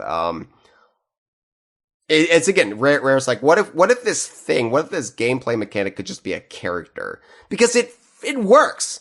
It makes you obsessed. If you are a fan of that property, it then makes you obsessed about that thing. Rather than, oh, this is like the rocket barrels, Dustin. Let's talk about the rocket barrels. The rocket barrels in Retro's games. It's how most flight is handled in Returns and Tropical Freeze. I just don't care about the rocket barrels all that much. Like, it was cool to see it in a Super Mario Brothers movie. I was like, oh, cool. But I don't wake up at 2:42 in the morning fretting about rocket barrels.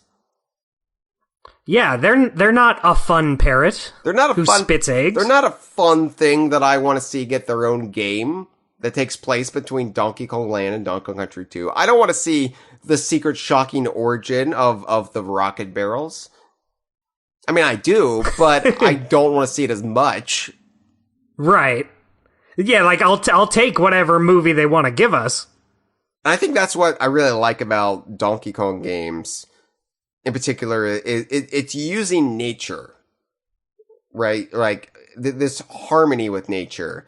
And so whenever they utilize like, oh, we're going to use parrots to fly upwards versus we're going to use a rocket, that doesn't work as well for Donkey Kong, in my opinion. Yeah, I agree. I'm right there with you, Hyle. You and me are on the same page. And I know DKC3 did have the one level that had like the prototype for the rocket barrels. And yeah, everyone's favorite stage in the game. Right. But like they didn't make a big deal out of it. It wasn't like, oh, we're going to have like 7 of these in the game. Yeah. If you're going to have 7 of something in the game, it should be an animal buddy. In my opinion. Well, let's try to get 3 first. You know what I mean, though. You know what I mean, though. Yeah. Like, rocket barrels could have been an animal buddy. Could have been Squawks with diarrhea. Yeah, why wasn't it that? What good reason could they possibly have? I don't know. Rare would have done it. Rare would have had him shitting everywhere. Yeah, they weren't chickens. So, I do really quickly want to point out how fun it is. Cause you mostly transform into Squawks in DKC3, but in the time that you do get to ride him, which, again, it's only in Pothole Panic, stands for that Stampede Sprint bonus area. You get to see Squawks carrying Kitty Kong around in his talons. And it looks ludicrous. Poor Squawks. those gigantic toddler gorilla hands grabbing his feet. And you're like, what damage is this doing to Squawks? And it might have done some damage to him, which we'll address in just a little bit. But it's like, it's one thing for him to carry around Diddy and Dixie. They're little monkeys. Kitty's a gorilla, probably. He's huge. He's even as a baby, he's got a bit of a chunk to him. Yeah, he's a big baby. He swallowed a lot of Lego, is what I'm saying. Yeah, and he didn't choke on them like those other coward babies. Kitty gets the job done. Anyway, I just feel, you can see why Squawks couldn't manage this much. He was just like, yeah, just use the animal barrels. I'm not gonna do this full time in DKC. I'll do it one level, how about that? And a bonus area. Like, that's what Squawks negotiated for its contract in DKC 3. So, Squawks would be a little bit more prominent in Donkey Kong Land 3 compared to DKC 3. Donkey Kong Land 3 rounded out the trilogy and brought Squawks into a second Donkey Kong Land game. So, like in Donkey Kong Land 2, you could only transform into Squawks. Quawks and Squawk do not appear in Donkey Kong Land 3. They finally decided, hey, you know what? That didn't work. There's no way to make gamers realize this is a separate parrot. So we're just not going to include Quawks this time around. So when Dixie and Kitty set out to find the Lost World in that radio contest, apparently they didn't bring Quawks along, or maybe Quawks was aiding Donkey and Diddy in their parallel adventure to find the Lost World. Right, Quawks was needed elsewhere. Because I do like to think that if Donkey and Diddy were also going on the same adventure, just off screen, paralleling Dixie and Kitty's adventure to find the Lost World in Donkey Kong Land 3. So what, like Dixie and Kitty brought along Ellie, Ingard, Squitter, Squawks. Is that it? That's it? That's it. I think so. Yeah, because Perry wasn't in there. They brought along those four, so maybe Donkey and Diddy brought along Rambi, Rattly or Winky, like they also brought along animal buddies, and maybe they brought along Quawks. Yeah, obviously, like, when they were picking their teams, it's like picking a team in dodgeball. They saw Quawks and they said, you know what? I feel like you would be best suited for our adventure today. That would be another great game I would love to see. Donkey Kong Land 3. Donkey Kong Dodgeball? No. Well, yes. Yes! But Donkey Kong Land 3, the Donkey and Diddy cut, where it's just the same game, but it's from Donkey and Diddy's perspective, and maybe you get Dixie life balloons in that game, and there's, their own cultivated animal buddy group, and maybe instead of Wrinkly Kong, it's Candy saving the game for you, and maybe instead of Bizarre Bear getting mistaken as Bear, it's, I don't know, Barter Bear getting mistaken as Bear. Man, the possibilities are endless, aren't they? Why haven't Nintendo done any of these games? It's honestly aggravating me just talking about all these good ideas, and we're just giving them away. We're just giving them, they won't do them now because we said them out loud, and they're like, we can't do that because then Hyle and Dustin will sue us. And it's like, we're not going to sue you. We just want the games. You can give us. Well, I will sue them if they use it. I would. You can speak for yourself. I would settle for special thanks in the credits. We're easily pleasable. Yeah, that's what Rare did for me for Sea of Thieves. I was like, God, I really would like a pirate game, and Rare made it, and I was like, I'm gonna sue you, and then they said, what if we give you a special Hyle, thanks? what can we do to make this all go away? So just put me in the credits. Also put TT in the game, but I think the phone cut out at that point.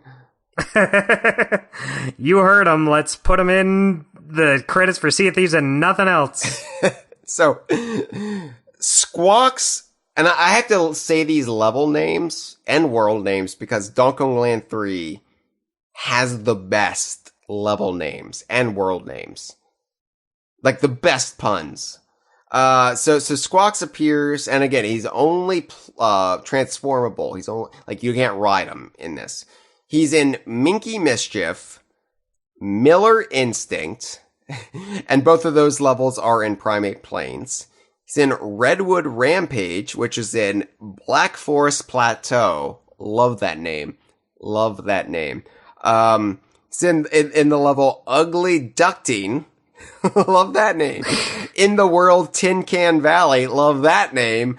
See what I mean? These are fantastic puns, Dustin. Yeah. He's in Kachuka Carnage, but only in a bonus area. He's in the level Rainforest Rumble, only in a bonus area, and in the level Ghoulish Grotto. And those are all in the Lost World, which is a pretty miserable name for a world, all things considered.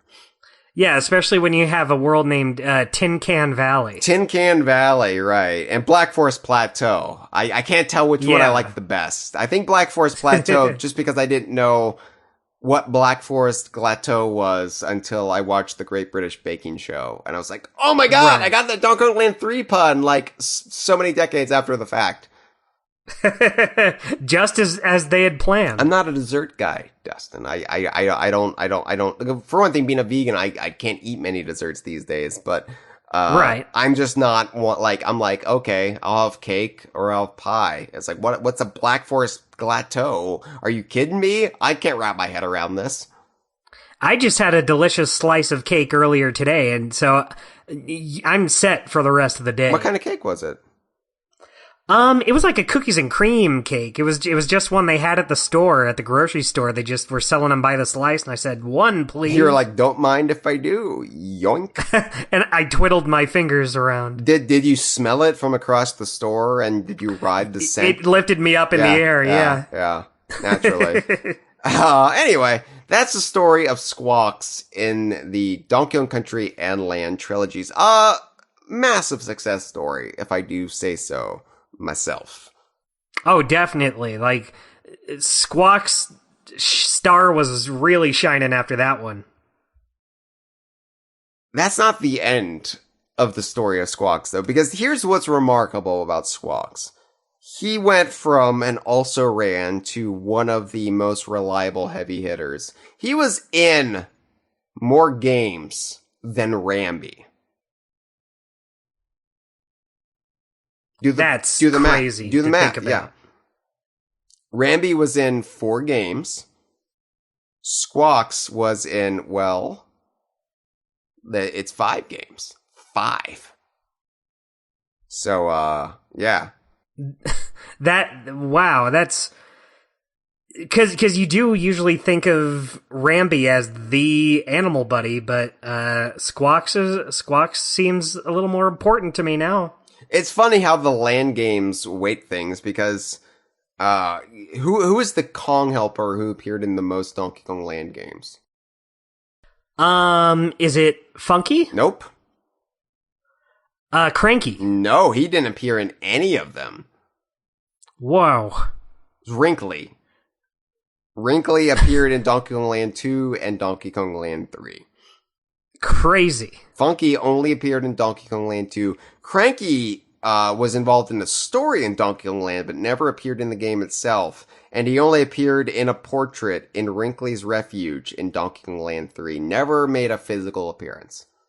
Wow. Yeah, just little factoids for you for Bard Trivia, Dustin. Because they're going to be asking this. Yeah, I'm going to be prepared. This is going to be the one thing I need to know. Yeah, those bar patrons, those barflies are going to be like cursing themselves that they didn't bone up on Donkey Kong Trivia.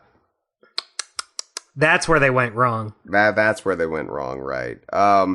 So this is not the end of Squawk's story, even in the Rare era, because another huge elevation, because birds, in Squawk's, I think, esteem in the fandom came with his role. Speaking of roles where they don't actually appear in the game, but they have a prominent part of the story. Mentioned Cranky in Donkey Kong Land. Squawks got this distinction in a very surprising game that not a lot of people would know about. Squawks had a huge role to play in the story of Diddy Kong Racing. Even though you don't really see him in it, it's great that he's in the story for it, at least. Yeah, he was all over the manual story. And I feel like I should read basically everything leading up to Squawks to really set the tone for why Squawks comes into this. Do you mind if I regale you? No, definitely not. I would love for you to. Fantastic, because I was going to anyway. Oh, well, I'm glad the situation resolved itself. All right. Diddy Kong sat on the porch of his treehouse and curiously tore open the letter. It wasn't often that the letter. It wasn't often that a message arrived from so far away that it had to be brought in by carrier pigeon. I mean, Jesus, AOL much? I mean, it's 1997. Come on, get with the times. It's not that complicated. Eager to find out what it contained, he tugged out the note impatiently and started to read. Dear Diddy, it began. Help! that was rough. Is that the whole letter? Well, I think that's all we get verbatim. So it says, this is Diddy's internal monologue. Now this sounds promising, he thought. Things had been all too quiet since those old family friends, the Tigers, had arrived to spend their summer. And as it turned out, the message was from his old friend Timber, son of the Kong's guest, the Tigers. The young tiger had found himself in quite a bit of trouble that, for once, wasn't even his fault. After Diddy Kong carefully read the note through a couple more times, he sat back and gnawed on a finger. His gaze fixed somewhere beyond the early morning jungle mist. He'd been asked to help, so his intention to zip off as soon as possible could not be in doubt. The question that preoccupied him now was whether or not he should draft some extra help, just in case. After all, this whiz-pig sounded like a pretty mean foe. Finally, he decided that his friends Banjo and Conker would still enjoy an adventure, even if it turned out their services weren't needed. So, the young ape, not an ape, a monkey, but alright, dug out a pencil stub from the mess of his bedroom and hopped back into his seat. Whistling for Squawks, his own makeshift carrier pigeon, he began to scribble out a couple of messages of his own. Man, when they mentioned Squawks in that story, I was filled with, I got a little dopamine rush because I said, that's the guy we're talking about. I know that guy. That's the guy in the episode. Yeah, they referenced the thing. So, what I like about this story is that Timber sends a carrier pigeon, which we've never seen a pigeon. I think in the DKU, but apparently there are pigeons on Timber's Island and carrier pigeons. Are there really no pigeons at all in the DKU? I don't know. There might be, Dustin. I'm tired. I haven't done a head count, but I really can't think of many the pigeon. Me neither. I'm just surprised. I'm sure there are pigeons in Big Ape City. I'm sure there are, in Super Mario Odyssey, there are pigeons in New Donk City, but I don't know. But yeah, there are carrier pigeons on Timber's Island because they didn't get the AOL free disc, like so many hours disc that everywhere. So Timber sends a carrier pigeon to Diddy, and Diddy's like, well, shit, I need a carrier pigeon. I'll just use Squawks. And he just whistled for Squawks, and Good enough. Squawks is there. And Squawks is like, oh, hi, Diddy. And I like that. I like that. It's a nice little bit of world building, right? Because you didn't need to bring in Squawks here. But this is just Lee Loveday saying, oh, you know what? This will add a little bit of connection to past games, make everything feel interconnected.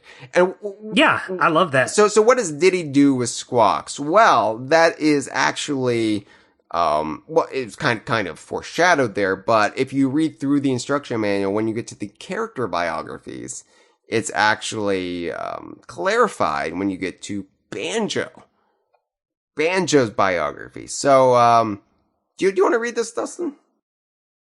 I would love to read Banjo's biography. Banjo. Low acceleration, heavyweight, good handling, high top speed. Even before the start of his future partnership with Kazooie, Banjo isn't one to turn down the chance of an adventure. So when Squawks brings the message from his pal Diddy Kong, the honey bear stuffs a few things in his trusty backpack and takes to his heels. So I like... This is the only canonical acknowledgement that Squawks flew to Spiral Mountain to give Banjo this note. Yeah, and so now we have canonical proof that Banjo has interacted with Squawks. There you go. And Espresso eventually. Yeah. Now, Conker doesn't mention Squawks visiting Conker in Conker's biography, but I have to imagine Squawks also paid a visit to Conker because it says, well, hold on, medium acceleration, medium weight, good handling, medium top speed. Just, to round it out. Kind of middle of the road. Yeah, but I have to make it comparable with your Banjo reading there. Another friend made by Diddy Kong on one of his endless adventures with Donkey Kong. Conker is also an exploration nut. Woo! Who'll jump at any chance to break free of a squirrel's less than exciting daily routine. He's eager to join up with Banjo as the bear passes through. Oh, so I guess Squawks maybe didn't visit Conker. Maybe Squawks did visit Conker, and then Banjo still, passed through. And Conker was like, wait for me. Or maybe the note to Banjo from Squawks said, recruit Conker. I'm not going to have Squawks go all the way to Willow Woods. Or whatever. Yeah. Anyway, it's still cool that Squawks not only played that part in the story, but also brought in Banjo, recruited Banjo. Yeah. He got to... I wonder how that interaction would have gone between Conker and Squawks. This is before Conker got more personality, so probably very straightforward. Yeah, Conker probably wouldn't have shot at him with his slingshot or anything. Yeah, it would probably go Squawks comes in and says, hey, Diddy Kong needs your help. Will you help us? And then Conker says, okay. Yeah, that classic Conker. His classic catchphrase. Yeah, whoa! Yeah, whatever Conker did back then, Very excitable back then. Very eager to please, that Conker. This is before he grew jaded and burned out. Yeah, he just wanted to have fun. Yeah. Maybe he got jaded because he didn't get to talk to a fun parrot. So that's the extent of Squawks, at least in the original Diddy Kong Racing. Squawks would next appear in Donkey Kong 64. Now, animal buddies were heavily de-emphasized in Donkey Kong 64. Rambi and Engard are the only traditional playable animal buddies. Now, outside of their little mini games in the menus, you could transform into both Rambi and Jungle Japes, Engard and Gloomy Galleon. And was Rambi also in Hideout Helm, actually?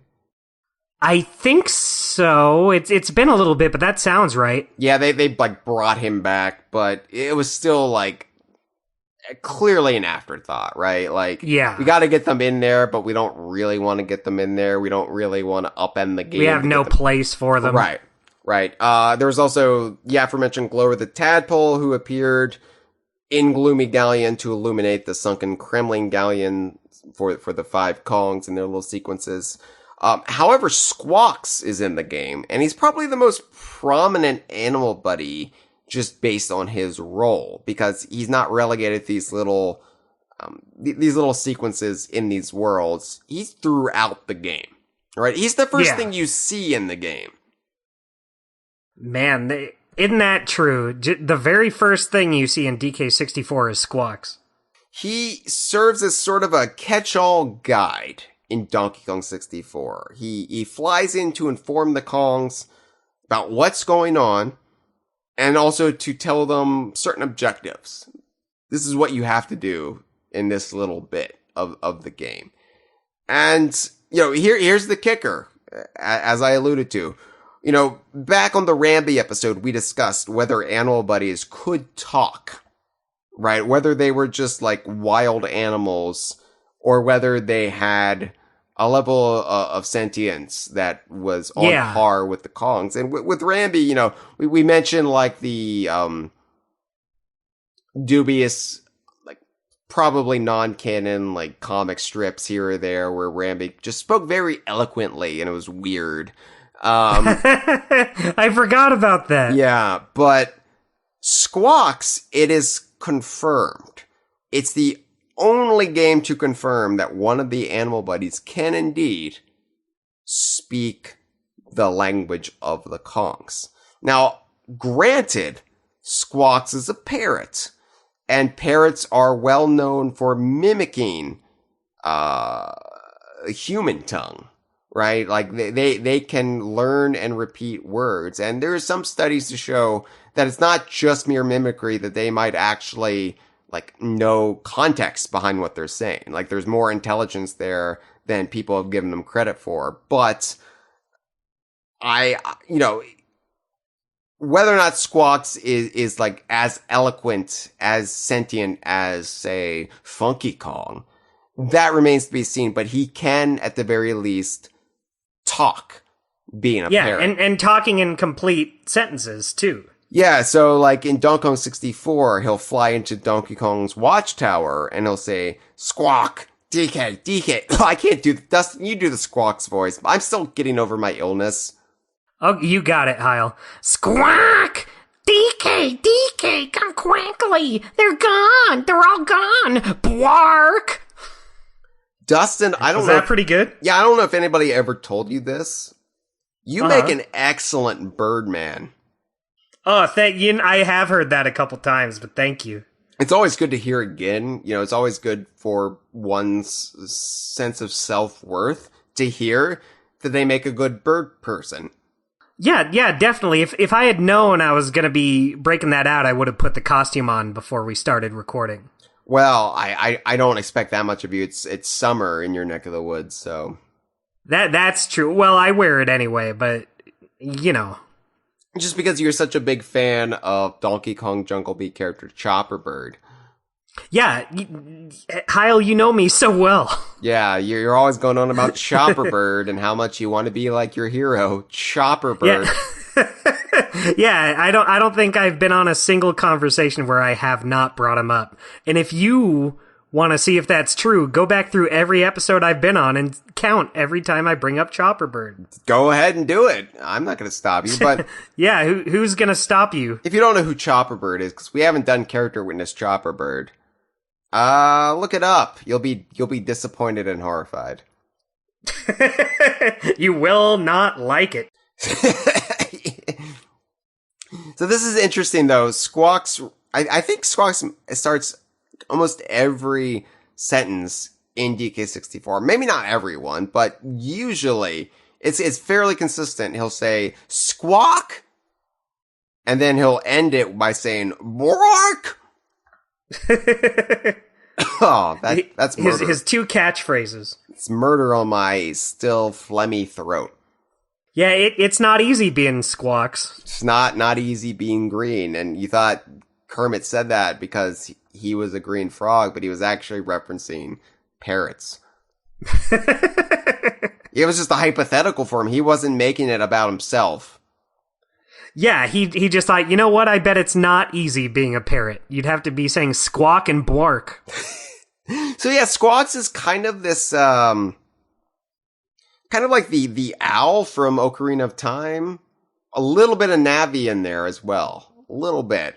Yeah, I could see that. It's kind of just this guide, this almost like spirit guide. Not Wrinkly, who is your literal spirit guide, but he just shows up and he's like, hey, you know, I was flying over and I caught wind of what's going on, like all the Kongs being kidnapped and your bananas being stolen. And, I don't know, it's a weird role for Squawks, given where he was in the Country and Land trilogies. I don't think it doesn't suit him, and I'm glad he's in there. Here's a little known detail, Dustin. Not a lot of people know that originally Squawks was not the one to have this role in DK64. Now, I can't speak to like when this build of DK64 first got rolling. It might have been Squawks from the get-go, but way back in the early days of DK64's development before George Andreas took over, there was another bird character who kind of served as the role of a guide. And at this point, when they made DK64 the Banjo-Kazooie clone, they were like, why don't we make that Squawks? And, you know, for all of DK64's faults, I think it's a good decision. We go on and on about, well, you're not using the characters you have. Why are you coming up with a new character? Like, that is the lament of the Donkey Kong fan. So, you know, as much as I do like new characters, it's nice, especially in a game that didn't utilize the roster as well as it could have. Like, where's Dixie Kong, for example? So, yeah, I like that they did use Squawks, and Squawks was arguably the most prominent animal buddy as a result. Yeah, I totally agree. I feel like, I mean, on one hand, it would have been cool to get a new bird. I'm cool with new characters, too, to add to the growing cast, but, yeah, no, I agree. Just having, like, I don't think anything would be gained from making it a new bird. I like having it be Squawks. I like having... there's a time and a place for... Well, I know that it kind of goes against what we were saying earlier about making a character to fit certain roles, but when you already have a character that can fit that role, just bring in our buddy Squawks. Yeah, it's like Glower the Tadpole, who was designed by Chris Seaver, by the way. When they brought in Chris Seaver... with the rest of like the Banjo and Conquer teams to like get Donkey Kong 64 across the finish line in the limited time they had. Chris Seaver designed Glower the Tadpole. And, it was great. I like Glower the Tadpole, but that could have just been Glimmer, the anglerfish. Yeah. Like, exactly. It's kind of frustrating that we just have this character who does the exact same thing rather than bringing back this character. Like, it runs counter to what I think Donkey Kong and Rare fans look for when it comes to this kind of stuff. So, but that doesn't say I don't like Glower the Tadpole, but now we just have another character who does the exact same thing as Glimmer, and it's just like, well, okay, now we have a spare that we're never going to see, you know. It's exactly like... when you have Tiny Kong, when you could have just had Dixie Kong. Right. And I like Tiny Kong, but, you know, if I have to choose, I'm always going to choose Dixie. So. Exactly. I'm sure I still would have liked this hypothetical new bird. Yeah. But I like that it gets Squawks more appearances. Yeah, you know, it did have one downside, though. So, Squawks, of course, starts every phrase by saying squawk, right? right. For whatever reason, Nintendo Power around this time forgot that his name was Squawks, and they started calling him Squawk. At least I think in the player's guide. Because they were like, well, he says Squawk, so his name must be Squawk. Obviously. And I'm just like, you write for the official Nintendo magazine. You should know what this bird is called. Yeah, it's Squawks with an Squawks. S at the end. With an S at the end. It's been 3 years since Donkey Kong Country 3. You cannot have forgotten this. Yeah, not when you're talking about it in casual conversation with friends daily. So, Squawks also has a posse in Donkey Kong 64, a squawsy. It's, a flock of squawks. It's a whole ton of them. Yeah, I said Squawks was the very first thing we saw in Donkey Kong 64 when the cutscene begins. And it's Squawks with 4 other green parrots, just all flying in a flock. I don't know who these birds are. Are these actually siblings, relatives, just other green parrots from Donkey Kong Island that is just like, well, we're just flying together? I don't know. Just having a great time. Birds of a feather. Birds of a feather. They do flock together, is what they say. That's what I've heard, yeah. Yeah. And seen from the evidence here. So this is never delved in more. This is never, like, really explored. It's just Squawks is flying with a bunch of other parrots, but they don't really matter. We're just going to focus on Squawks. Yeah. Now, Squawks, even though he would mostly serve in the role as a guide bird, Squawks would still lift one of the Kongs at several points in the game, being Tiny Kong. He would lift Tiny Kong up just like he would Diddy, Dixie, or Kitty. However, he would not lift Tiny unless Tiny first shrank herself. And that begs the question, Dustin, well, why can't Squawks carry Tiny when he can carry Diddy, Dixie, and Kitty with zero problem? Because I think Tiny would weigh less than all 3 of them. Yeah, I have a feeling this is going to tie into something you brought up earlier in the episode. Is that right? Oh, Dustin, you pay attention. That's what I like about you. That's why they call me Paying Attention Dustin. That's a terrible name. Yeah, but I've embraced it all the same. Yeah, so Tiny has to shrink herself down because I think it's clear that carrying Kitty in Pothole Panic gave Squawks long-term wing sprain. Oh. Because look. Poor guy. Look, we don't really see Squawks carrying the Kongs after this point, do we? Not that I can think of. Except in Remix, right? So, right. I think Kitty damaged Squawks long term. Maybe Squawks can bounce back. I don't know. But at least as far as 1999 goes, all he can do is lift Tiny when she shrinks to suit her mood. Yeah. And her mood was to be lifted Squawks. by Squawks, yeah. I never thought about it before. Oh, he's a tragic character. The toll it took on him, the sacrifice he has made for the betterment of the Kongs, I think he deserves a round of applause. And I'm not saying you do it, Dustin. I think our listeners should do it right now, wherever they are.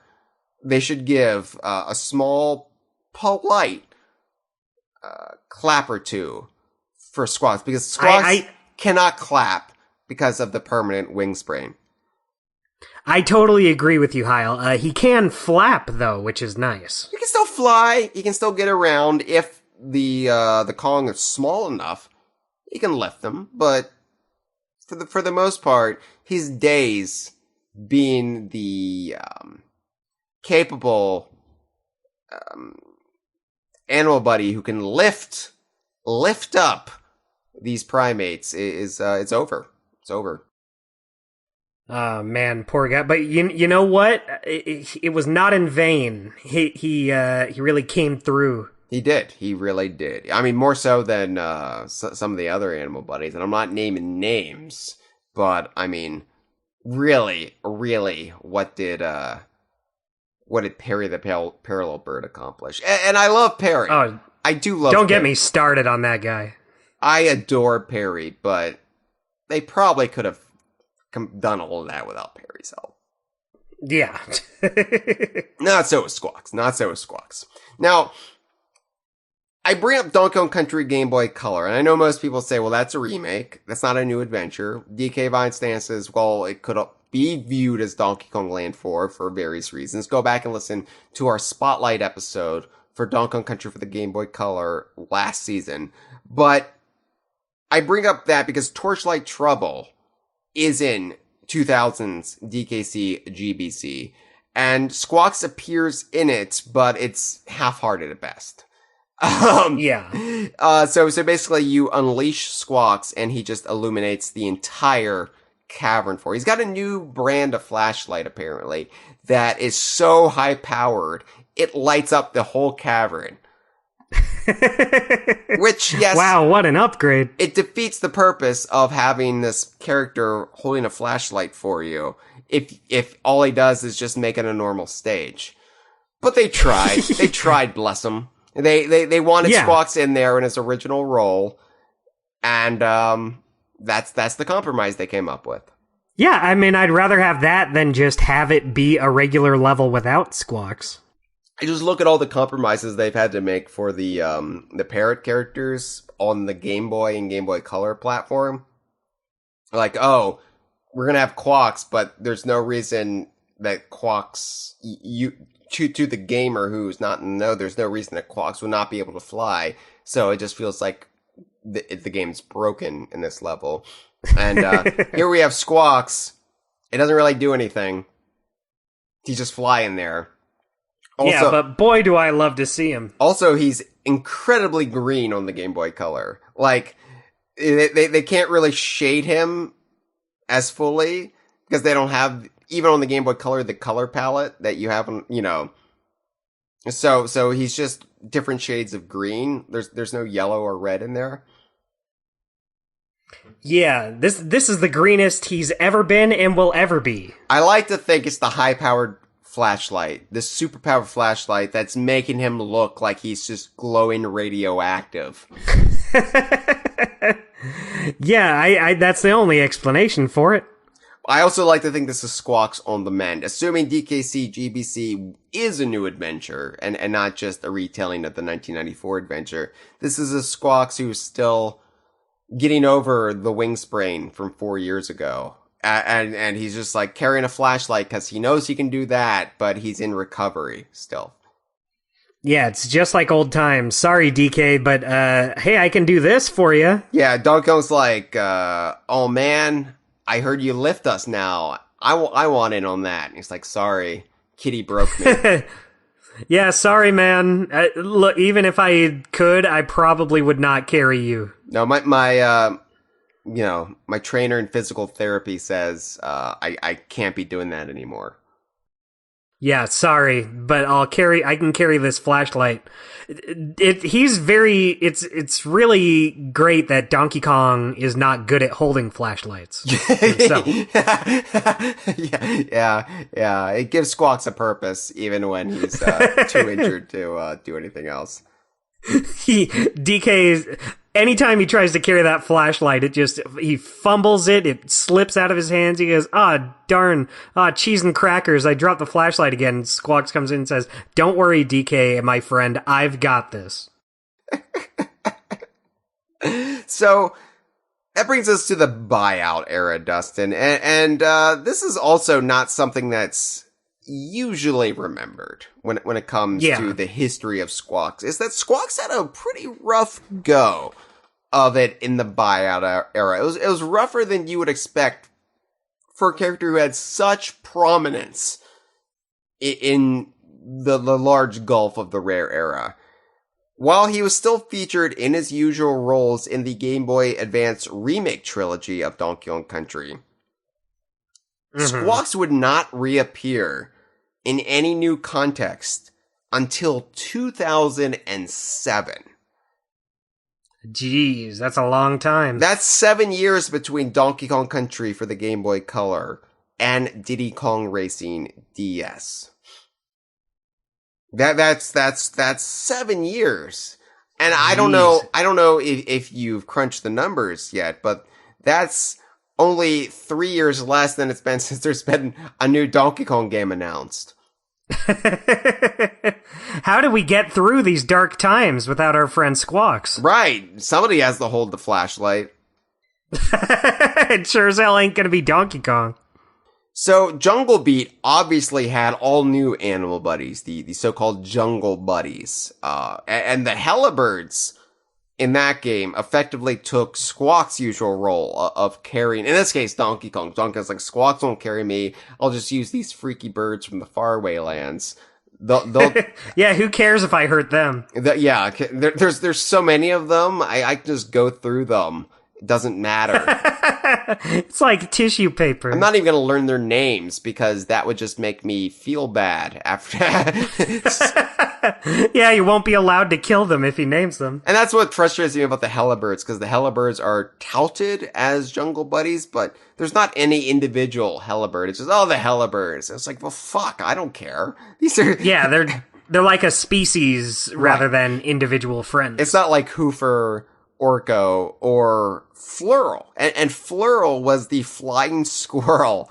Now, granted, there's two, just like there was with Quawks and Squawk, there are two Flurls on screen at the same time. So I call one Flurl and I call one Sky, because Flurl is a portmanteau of flying squirrel. So I just did it the other way around, just like I did with Quawks and Squawk. You see what I did there?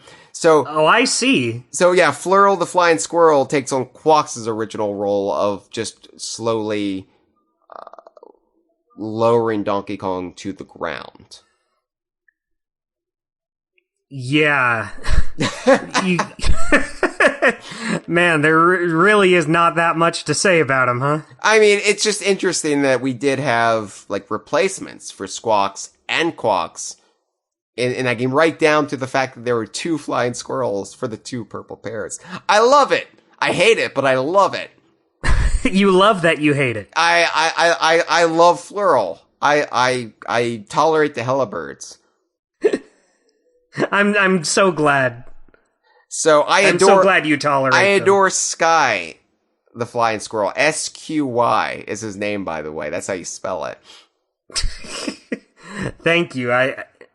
I'll probably never need to. Well, wait till the character witness, Dustin. You're going to be on that one. That's true. You're going to be on that episode.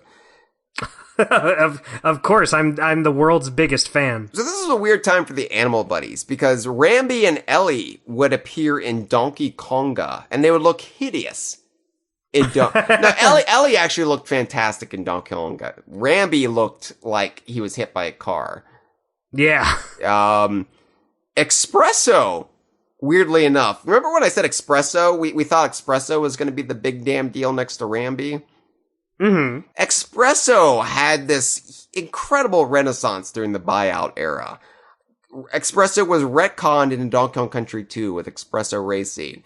Espresso made a cameo appearance in Banjo Pilot. Espresso, it was a golden age for Espresso fandom. Espresso was on top of the world. Squawks did not reappear until 2007 in a new role. But 2007 brought him back. That's a long-ass time. It's a long-ass time, but I think it paid off for old Squawks because it brought him back to a greater prominence. And it's a prominence he's arguably never lost since. Yeah, that's true. 2007 saw Diddy Kong Racing DS, the last Donkey Kong-related game developed by Rare. Not the last DKU game developed by Rare, but the last Donkey Kong branded game developed by Rare. And Diddy Kong Racing DS has an opening scene that actually shows Diddy calling for Squawks, as mentioned in the prose story for Diddy Kong Racing. Yeah, we actually get to see him this time. Yeah, and the context has changed here, and of course DK Vine's stance is, well, my stance, I haven't really conferred with you about this, Dustin, but my stance is that Diddy Kong Racing DS has to be a separate adventure from the original Diddy Kong Racing, and this is actually supported through promotional materials where it's explicitly stated that it takes place 10 years later. I realize that's not going to be everybody's cup of tea, but some people try to argue that Diddy Kong Racing DS supplants Diddy Kong Racing in the canon, and that Banjo and Conker were never involved in the events of Diddy Kong Racing, and those people are not my friends. Yeah, you couldn't pay me to get on board with those people. They're people I do not wish to know. Those people are anarchists. They just want to watch. Yeah, they are worms compared to us, Hyle.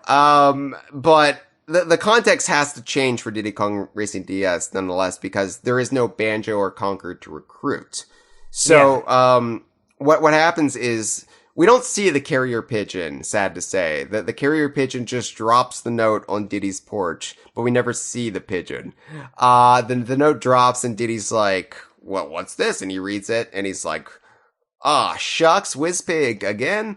And so, gee whiz. He writes a note and he calls Squawks forward, and we see Squawks. He's back, and I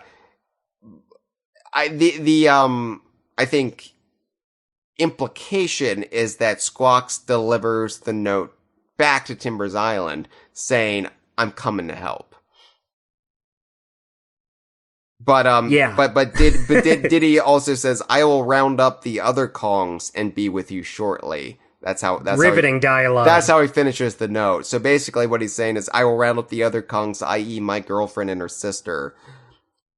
And that's probably good enough. Well, I mean, if Timber doesn't want, like, Donkey Kong to know, because I don't know, like, it's at this, like, I never understood this whole, like, don't tell mom the babysitter's dead vibe for Diddy Kong Racing. Like, oh, we can't let my parents know. We can't let the adults know. Yeah, the grown-ups just won't get it. The grown-ups are gonna blame me that an extraterrestrial has invaded the island. I obviously fucked up somewhere. It's such a, like, kid plot that when you're an adult, it no longer makes sense when you analyze it. It's like, wait a second. Why wouldn't you tell an adult? Why wouldn't you tell, like, the Squirrel High Command, the mole military, like, get all the armed forces in there. It's an intergalactic war, baby. Like, this isn't like, oh, we can't let the adults know that Earth is under assault. Yeah, that's more like if you dropped the jar of peanut butter and it broke. Right? Like, okay. So anyway, it makes sense that the Kongs that Diddy enlists would be the Kongs that he would be closest to in his peer group, right? Like, yeah. But yeah. So anyway, it's cool to see Squawks actually in a Diddy Kong Racing, even if it's Diddy Kong Racing definitely. DS. Yeah. So later that year, we got Donkey Kong Barrel Blast / Jet Race, depending on your region, and this was the only Pay-On game, surprisingly, shockingly, given the amount of fan service that Pay-On put into all three of their Donkey Kong games. It's the only Pay-On Donkey Kong game to utilize the animal buddies. Right. Yeah. And as we already mentioned, Squawks and Quawks are both in it, and this is what gave Quawks his name on an international basis, just, you know, like even outside of Japan. And Squawks and Quawks are items that the Kongs can use in the game, like Mario Kart items. Like we're gonna throw Squawks at you. We're gonna go throw Squawks right at you. Hey, Kremlings, here's Squawks. Yeah, you're fucked now. So Squawks, according to the instruction manual, we're just gonna read the instruction manual. I'll read Squawks, you read Quawks. Okay. How about that? I love that so much. So Squawks hops on the opponent in front of you and prevents them from using wild moves. If you have a boost, the effect will last longer. So Squawks, I like that. Squawks is a Squawks block. You can't get wild when Squawks is in front of you. Squawks looks down at you and says, "No, none of that." It's like hands where I can see them. Calm down. Classic Squawks dialogue. Yeah. Want me to go ahead and read Quawks now while we're here? Please do, because I don't know what other chance you'll have. That's true. This is a once-in-a-lifetime opportunity, so... Quawks attacks the player in first place and slows him or her down. Boost also makes the player drop all bananas. Oopsies. Whoops, sorry about that. So Quawks... So, kind of acting as like a blue shell. Blue shell, right. In a Quawks way. is the dreaded blue shell. is Squawk, which if all blue shells in Mario Kart were just Quawks, I would welcome them. I would love to see them. Hello, like, Quawks, my friend, my good friend. Hit me, baby. Quawks me up. Quawks me up, Buttercup.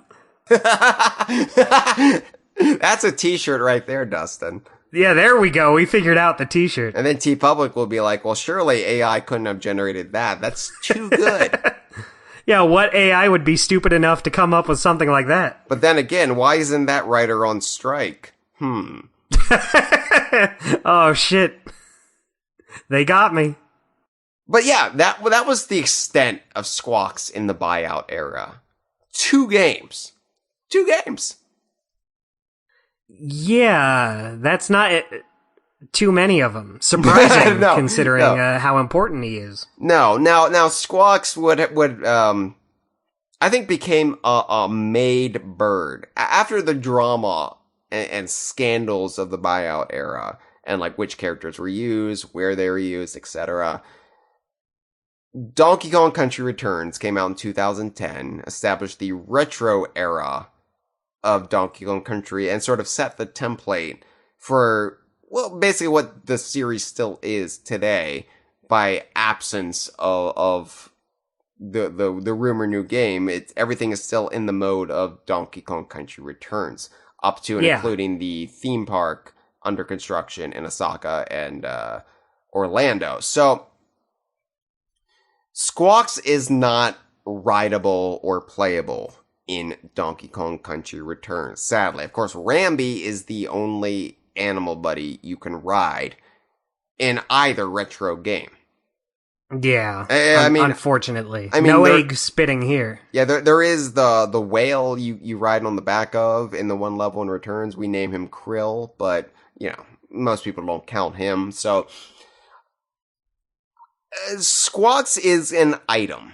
Effectively, you buy Squawks from Cranky in Cranky Kong's shop, and Squawks sniffs out the puzzle pieces in a stage for you. And when you buy Squawks, he appears in the lower corner of the screen, and when you're near a puzzle, he gets all excited. He gets become very animated, and you collect the puzzle, and he'll say, "Puzzle, puzzle." Yeah. I like that. I like, you have in the show notes, you have a screenshot from Donkey Kong Country Returns and a screenshot from Donkey Kong Country Tropical Freeze. Right. What a glow up Squawks' model gets between games. It's similar. He looks so good in Tropical Freeze. It's similar to the glow up his render got from Donkey Kong Country to Donkey Kong Country 2, except he looks so much better in Tropical Freeze compared to Returns. Yeah, in Returns he looks like fine, but, kind of, it's weird that his feet are white and his eyes are so small. Okay, but then he looks wonderful. Let's talk about Squawks' feet.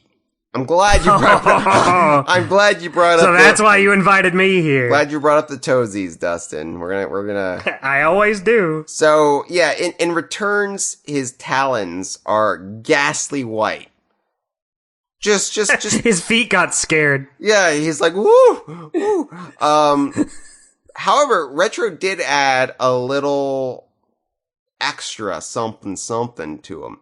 So I don't know if you've ever noticed this. He's got an extra digit on his feet. Oh, of course I've noticed, Hyle. I'm always looking at Squawks' feet. So I noticed it in a Nintendo Power magazine. Yes. Actually. So in the Rare era, like so his talons are always portrayed as like there's two, call them toes up front, and then in the back there was always just one toe. Not anatomically correct. So what Retro did was they added a fourth toe, another backwards facing toe, to make it symmetrical. And yeah. Now I know what you're thinking at home. Hyle, does Squawks have prosthetic golfing talons?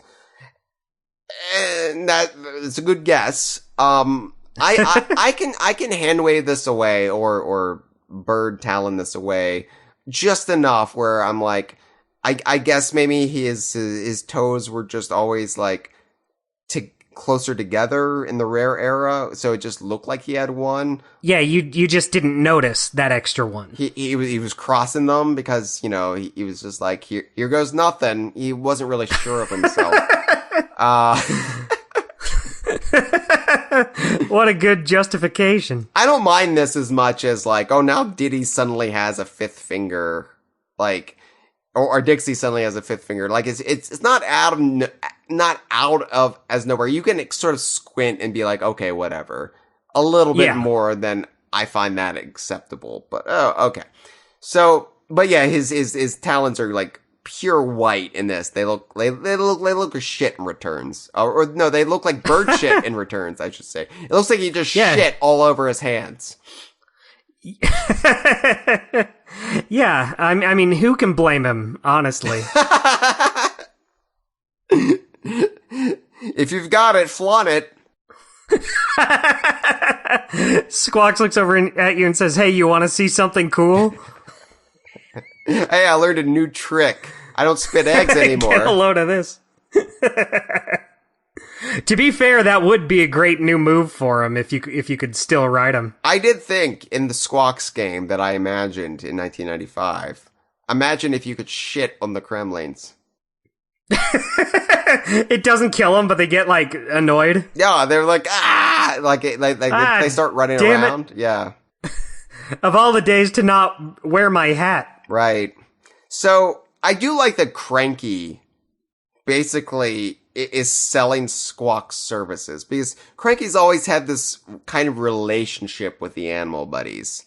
It's implied as early as Donkey Kong Country when he has the Rambi crates on his porch. And it's like, I think we brought this up when we were talking about Rambi and his character witness. But Cranky seems to be the one who facilitates, like, putting the animals in these crates, right? Yeah, I like old cantankerous Cranky having a soft spot for the animal buddies. He loves the animal buddies. He really likes Winky and Espresso. Yeah. That's a running joke in the instruction manuals, starting with Donkey Kong Country 2. He's like, where's Winky and Espresso? I like them. And then Donkey Kong 64, he brings it up again. He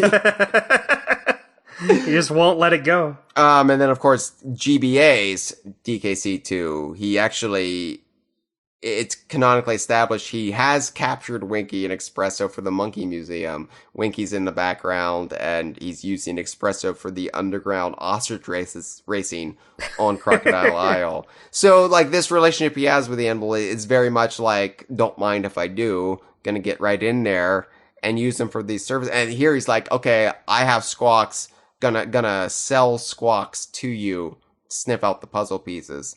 And Squawks just goes with it. Now, Squawks isn't like a full-time captive, because we see Squawks flying around the map screen of Donkey Kong Island. Yeah, he's happy to help out. So it's not like Cranky has just said, like, you, Wild Parrot, are now in captivity. He's just like, I'm gonna bring you into my shop and sell your services for this particular reason, but you're free to go whenever you want. Yeah, and Squawk's like, all right, sounds good. I don't care. Yeah. So, you know, it's not like the ideal usage for Squawks, in my opinion, but I'm glad they found a purpose for him, because this is something like Retro is kind of bad at, is using characters for this purpose. Like, otherwise they would have just had, like, Radar or something. Like, yeah.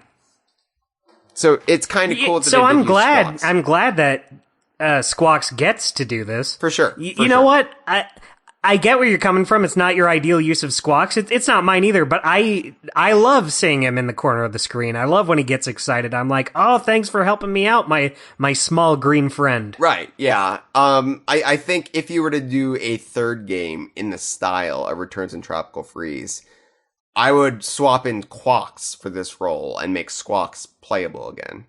Right. Yeah, I think that's a good way to do it. Keep the one with the gameplay potential like Squawks, and then you can have his relative Quawks in the corner. Yeah, and then everyone wins. Then you still have a fun character appearance, but you get to use Squawks more. I think that's good. Exactly. They did bring Squawks back for the exact same role in Tropical Freeze, only this time it's Funky selling the services and the flying by. And like you said, he got a great glow up.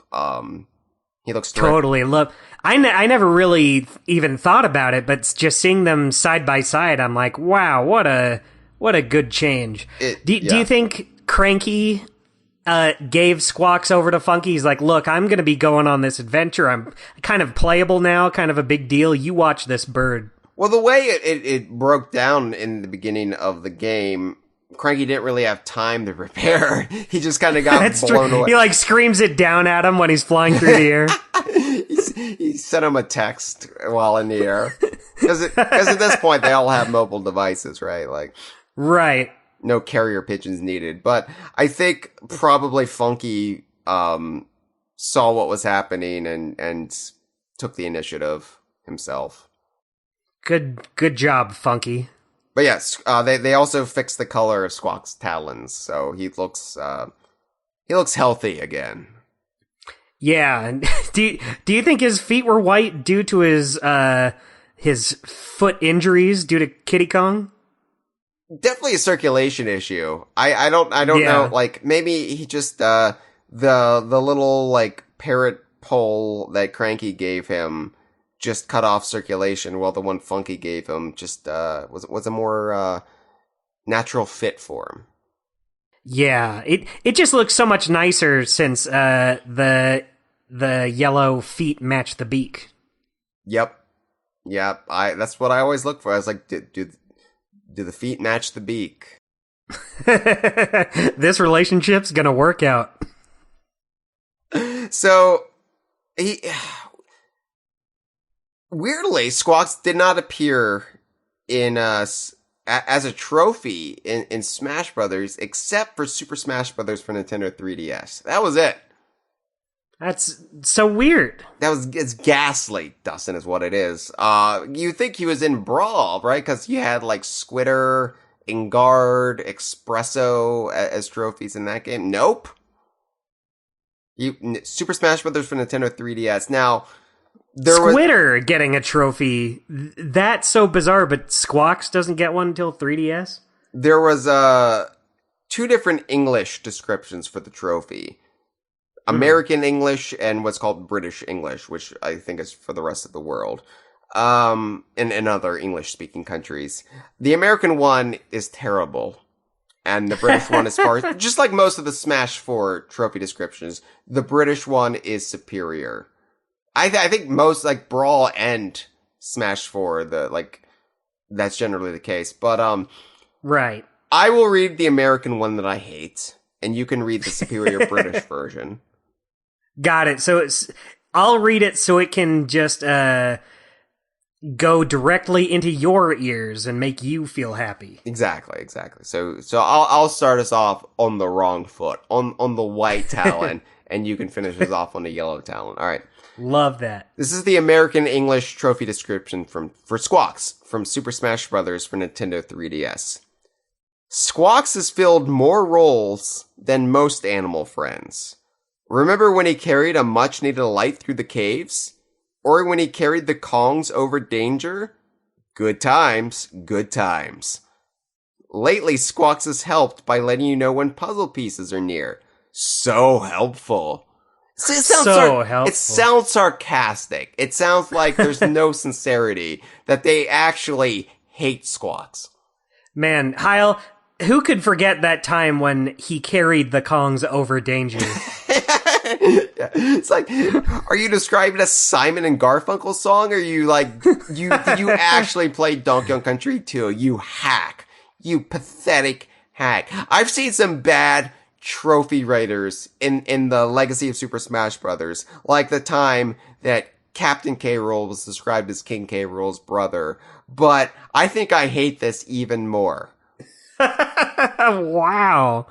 I mean, to be fair, nothing about this trophy description is inaccurate. It's disgusting is what it is, Dustin. It's not about accuracy. It's about the vibes. And the vibes I'm getting it's the principle of the thing. They're having to write hundreds of biographies. They don't actually care, especially about the Donkey Kong characters. They just want to be done.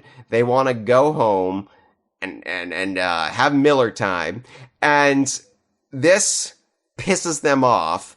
And they don't care about the Squawksaholics out there who want some good, solid Squawks lore in their trophy descriptions. So they half-ass it, and they get sarcastic. And I hate them so much for it. Wow. See, personally, I never had an issue with it. I thought it was kind of fun, kind of playful. But, I get it. I get what you, especially since the British English ones, they just sound like more professional. Why don't you read that and you'll see what I'm getting at. Why this rubs me so raw. Right. Okay. So here's the British English description for Squawks the Parrot in 3DS Smash Brother Trophy time. Give it to me, baby. Whether lighting their way in the dark or carrying them through the air, Squawks the Parrot is a reliable ally of Donkey Kong and Co. Lately, he's taken to sitting on branches and letting his friends know when, where did that come from? Letting his friends know when there are puzzle pieces nearby. Quite the little helper. You see? You see, Dustin? Yeah, you can still be cute about it without being sarcastic. You don't have to bring an attitude. You can be cute and be endearing. You don't have to be cute and be an asshole about it. Yeah, you don't have to make it sound like you're posting on Twitter about it. Right. Like one of these is Twitter from pre-Elon Musk, and one of these is just Twitter post-Elon Musk. And, compare quite the little helper to so helpful. So helpful. Thanks a lot, Squawks. You really helped. Jesus Christ. It pisses me off. Show a little respect. It's no wonder I hated Super Smash Brothers 4 so much. Yeah. If they didn't have this trophy in there, it would have been great. But because it's in there, get it out of here. Get Smash Wii U out of here. If I had 3DS out of here. If I had the British English descriptions, I think the game would have gone down a lot smoother. Yeah, it really did just come down to that. I'm sorry you had to live through that ordeal. I choked on these trophy descriptions like a little baby with Lego in their mouth. To be totally fair, though, I would take bad trophy descriptions over the no descriptions at all in Ultimate. We'll get to Ultimate in just a second. So, Tropical Freeze came back for the Switch, and it had a big new feature, new Funky mode. And because Funky graduated to playable status in new Funky mode, they had to come up with a shopkeeper for the flying by, a sort of mini Funky. And they came up with the idea, a quite brilliant idea. I think it's one of Retro's best. Yeah. What if Funky has his own animal buddy? what if Funky has trained his own bird to be like a mini Funky, to be Funky when Funky can't be around? And it gave us Talks, the character of Talks. And my God, Dustin, Talks is terrific. I love Talks. He's just a little stoner parrot who's learned to be like Funky. He's parroting Funky, literally. And, we talked about how much I like that K. Rool has his own, like, sort of dark analog to Squawks. I like the Funky has his own laid-back, dude-erific version of Squawks. I love it. I just love everything about him. And of course, Talks appears side by side with Squawks in the flying by. Of course. I think Talks is what, Scarlet Macaw? Something like that? That makes sense. I never really thought about it, so I'm gonna take your word for it. I don't really know birds. I try to avoid them because they freak me out because butterflies sting you, according to my mom. Liar! Yeah, it all makes sense. What do you think? Squawks and Talks hang out? Well, that's something that Talks actually brings up to you in one of his randomized lines. Oh my goodness! I haven't played New Funky Mode yet, so I'm very interested. Wait, what? I haven't played New Funky. You know what's interesting is this is not at all interesting, but so I wanted to play through Tropical Freeze on Switch regular, then do hard mode, then do New Funky Mode. Yeah. And I only just got around to finishing hard mode like a few months ago. Okay. So I'll get the new funky mode. I want to do it. Well, yeah, there's this little off-the-cuff line that Talk sometimes gives you where he says, do you think Squawks likes me? Like, he's so worried about making a good impression, because Squawks, of course, is a legend. He's a hero. He's a big damn hero, especially amongst the birds. The parrots of Donkey Kong Island. Squawks is the big deal. Squawks is their Donkey Kong, their Diddy Kong, their Dixie Kong. Squawks is someone they probably look up to, they probably emulate. And so I like that Talks is like, wants to make a good impression, and he feels so inferior compared to the greatness of Squawks. Even though Talks is basically selling you Squawks services. That's exactly what I was about to say. It seems weird. He still really, really wants, like, Squawks to be like, you're alright, Talks. I don't mind you taking money for my services. I like that little glimpse of the, I was gonna say politics, but it's not even politics, it's more just it's just a character relationship. It's cool. It feels like so unretro. Like, it goes against like all of our other complaints with retro to not only bring in like a new cool character with a personality and then give him relationships with the other characters. So I think Retro probably wanted to do more of that. I think it was, I don't want to like cast all the aspersions on Tanabe. Right. Because a lot of people I just mean it goes against what we've just complained about that sort of thing. No. I don't think it's like them going out of their way to not do it. Tropical Freeze for the Switch, of course, was made in that period, in that interim when Tanabe was not working with the Retro Studio. So I feel like they got to get their yayas out a little bit more. And that's why we got Talks, and why Talks is just so brilliant. Such a home run in every facet of the character. So I love it, and I hope we get to see Talks more in the future. I hope he's not going to be a one-and-done character. Like, just add him to the fucking list. Like, you know yeah. Oh man, I hope we see, and then like we have a big scroll that just like unfurls across the ground.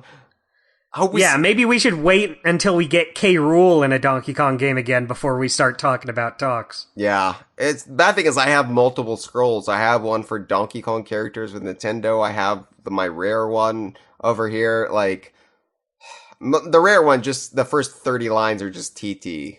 I just spam that. But. Anyway, Talks is great. Love Talks. Love that Talks. Guy. Yeah. So, Mario plus Rabbids Kingdom Battle, Donkey Kong Adventure. Now, Squawks does not make a physical appearance in that game, but the original 5 animal buddies from Donkey Kong Country all get referenced through weapons that Donkey Kong can use in Donkey Kong Adventure. And Squawks has his own, oh my god, I have to say this again, I'm so bad at saying this, Bwanarang? Bwanarang?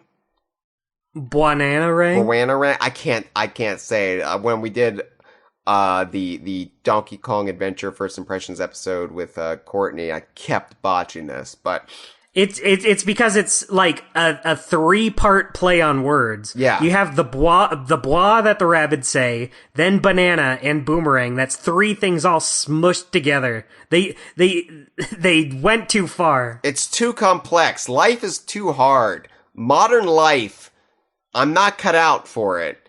I'm not made for this world, Dustin. I'm a simple folk from simpler times, and you expect me to say bananarang and get it right?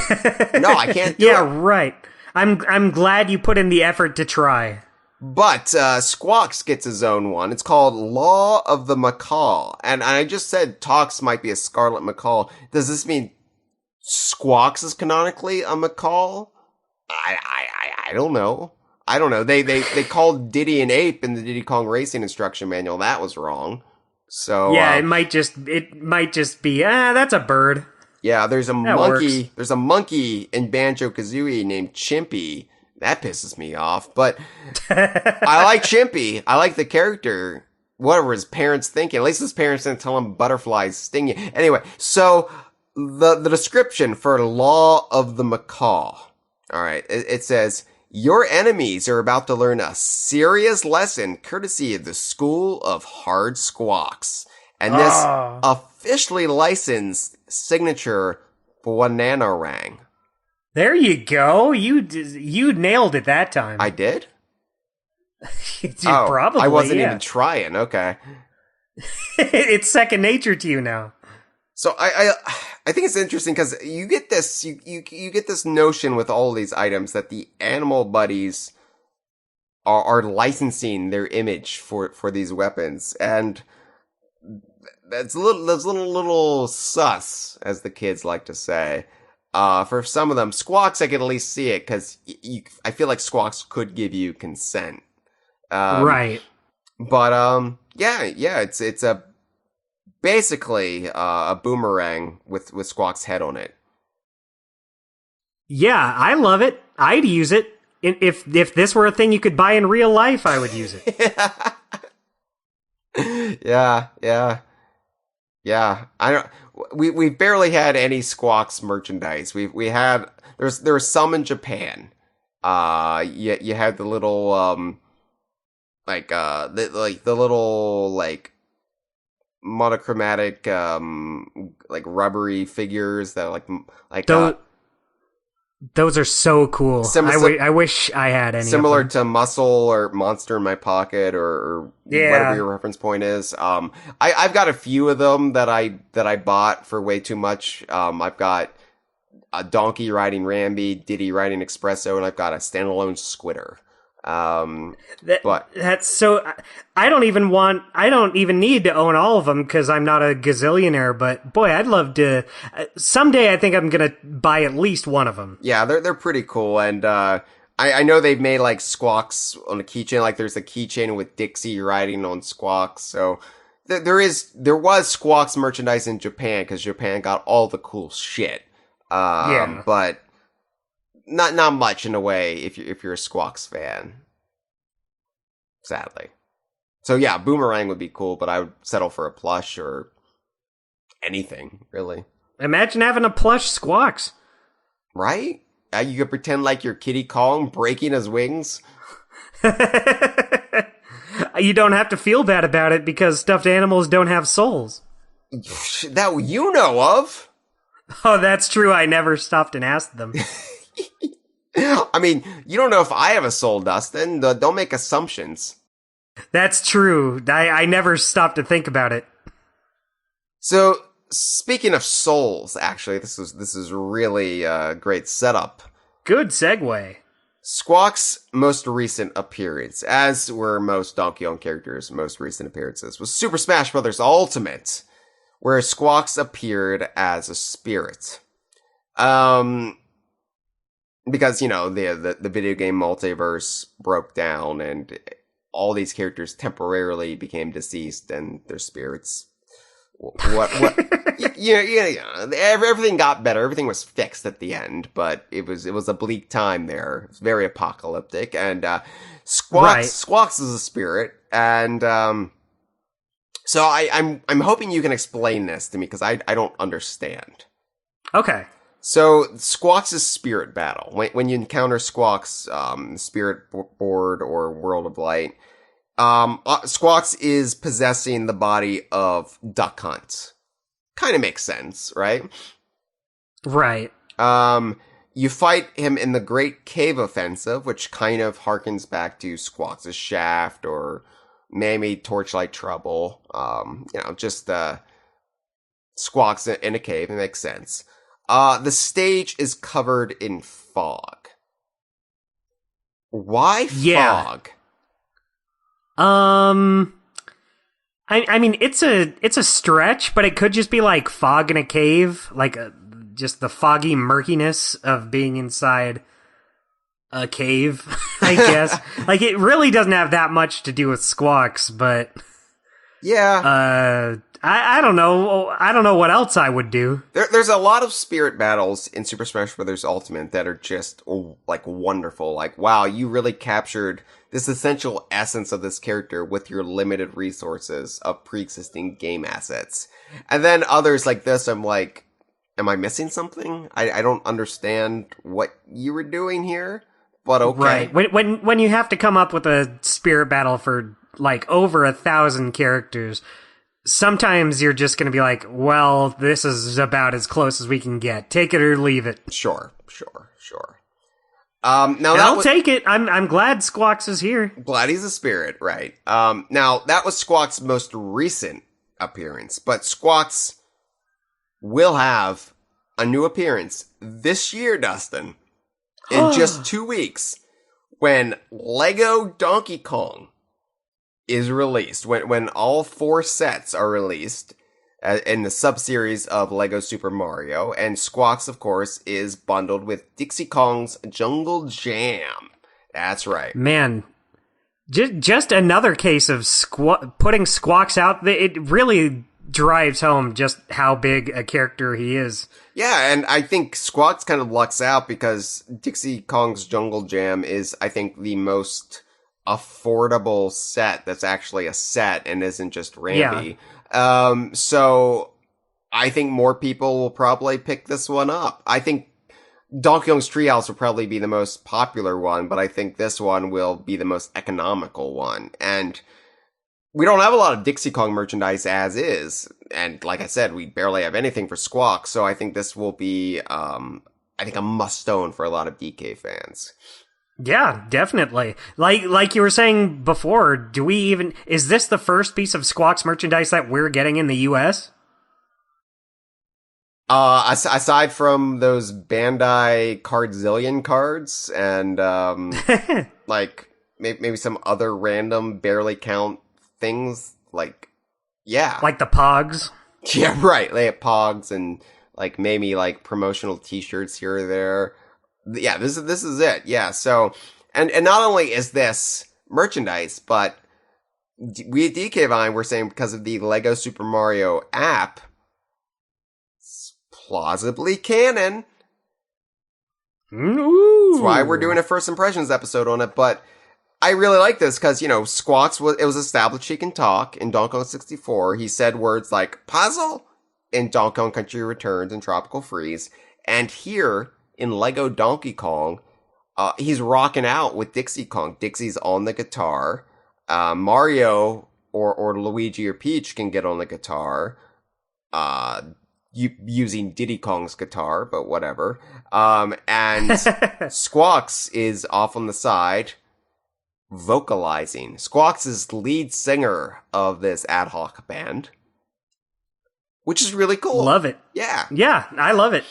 Like, Squawks could, I don't know, like, Dixie could play the latest Taylor's version, and Squawks can memorize all the lyrics and just repeat them in the microphone. Whatever you want them to do. It's your imagination, right? Yeah, go wild. Right? You can sing Mama's Little Girl from Paul McCartney and Wings. That's a good one. They could also sing Closer by 9 Inch Nails. No, wait, I got one. Bingo. Okay. Bingo from Donkey Konga.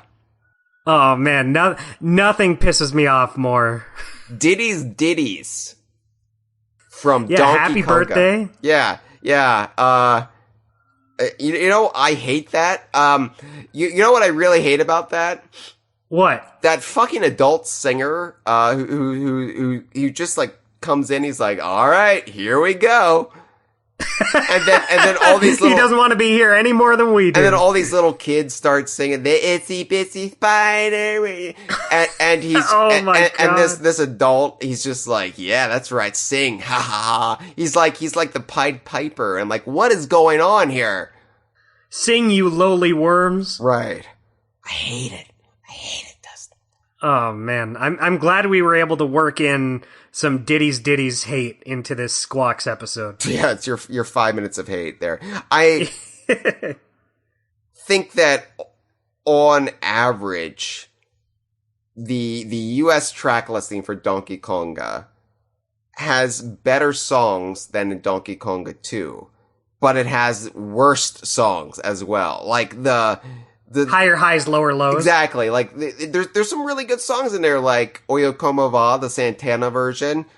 I think it fits Donkey Kong really well. And I'm like, hell yeah. Like, play some Santana. And also the Pokemon theme song. But then you've got just garbage in there that's like, who is this game for? And also, why are you associating these nursery rhymes with Diddy? Shouldn't this be kitties? Diddies? Or like, Diddy is not a current baby. Yeah. Why do they think Diddy is some toddler who was just born yesterday? Goo goo gaga. I like when you sing happy birthday and whatever. That's Diddy choking on a Lego. Oh no, you've changed history. So, we got some calls, Dustin. Some Squawksaholics have called in. Ooh, I like that name. Yeah, we're gonna try to get that going. So why don't we play the first call and good idea. And see what the Squawksaholics are squawking about on the DK Vine hotline, which I've renamed the Squawk Box for this one episode. And if you would love that. If you would like to call the Squawks Box, well, you missed your chance. But if you would like to call the DK Vine hotline, you can always give us a call at 1-202-630-VINE. 8463. It's almost as good. Yeah, but you can always leave us a message, day or night, and, when we announce the episodes on social media, and we're saying we're taking calls, that's when you can call in and say, like, yes, I want to talk about that particular topic. I've got stuff I want to say that I want to hear the conversation bring up. Because sometimes the conversation gets on weird tangents, and I don't like it when they do that. I wish they would go in this other route. Well, here's how you can control the discussion. There's only two ways you can do that. You can listen to us live, like Freezer has done, and bring up points, and we'll be like, Freezer said this. Or you can call in. And you can also hear your voice on the podcast, too, which how creepy is that? Yeah, do you really need anything else out of life? I don't, except the more squawks. So let's hear what the Squawksaholics were squawking about on the Squawk Box. Hey, Hyle. Hey, Dustin. This is Traveler of the Stars. I hope you are doing as lovely as our subject matter of today looks with all of his green feathers. Of course, Squawks the Parrot. I don't really have much to say about Squawks. He is a talking parrot. Parakeet. What more could you want out of a character? No, but I grew up with Returns, and as much as I love Returns and Tropical Freeze, I didn't really care about getting the puzzle pieces growing up, so I never really encountered Squawks too much. Randy was, the character I actually really encountered. But yeah, Squawks, he's a cool little guy, right? He squawks, hence the name. He's pretty cool. I think it's obviously a pretty safe bet that, he will be returning in the future. I mean, he has appeared in every single Donkey Kong Country game, no? Even Randy can't even say that, because he didn't appear in 3. It would be nice if, there was like a cool Squawks comic, like the Randy comic, because I really liked, Dustin, your voice of Randy in that one episode. One of my favorite DK Vine moments. I don't know, it was funny.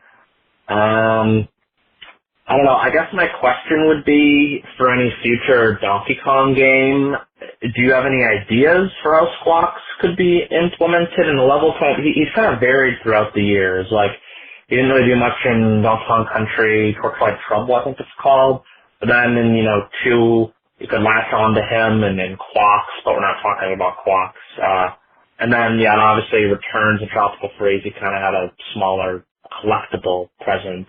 But yeah, I don't know. Did you have any ideas for, cool things you could do with Squawks? I think, it would be cool if he was in another level, akin to Torchlight Trouble, though, I guess to be honest, I'd rather have another silhouette stage and, a dark stage. Dark stages usually aren't fun. Torchlight Trouble kind of makes it work, but Yeah, anyway, looking forward to hearing you guys talk about this. And also, what is your favorite Squawks moment in the DKU? Just the one that's like, yes, this is why Squawks should be in Smash Brothers, why the next spin-off game should be about him. Let me know, and I'll be interested to hear about it. See ya. Thank you for the call, Traveler of the Stars. Returns, baby. Traveler of the Stars. Thank you for the compliments on the Ramby voice I did. I don't remember it. Yeah, you don't remember we did that bit, Dustin. I remember doing the bit. I just don't remember how he sounded. I'll have to go back and listen to it. So, I already brought up my idea for Squawks having diarrhea, which it's not a great idea. But it's an idea all the same. Yeah, I'm not a game designer. I just know what I like.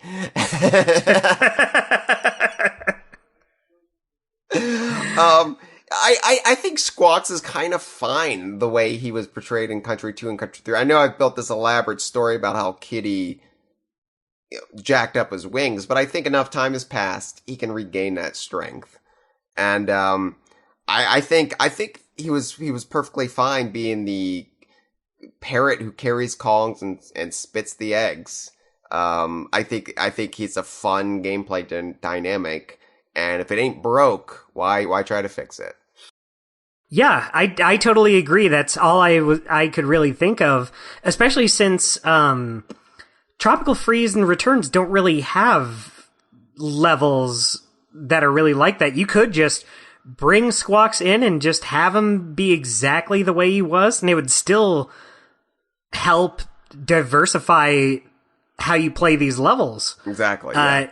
Just having a more just going from bottom to top rather than because I feel like if the levels we have right now in those games, having Squawks carry you would be a little redundant. But if you structured them more like the levels in 2 and 3, that would be great. Just doing exactly what those did in the context of these new games, I'd be just as satisfied with that. But if we're thinking like new ideas, I don't know if I really have any, but I'm thinking of like, if we got a new DK game that was 3D, imagine having Squawks carrying you around in a 3D space. That'd be fun. That'd be fun, but I don't know how you would do that. I guess it would just be similar to Kazooie. Yeah, I'm just thinking like flying around with Kazooie. Yeah, I guess. I see, for me, like, Travelers, like, ask what our most, like, favorite or like, most,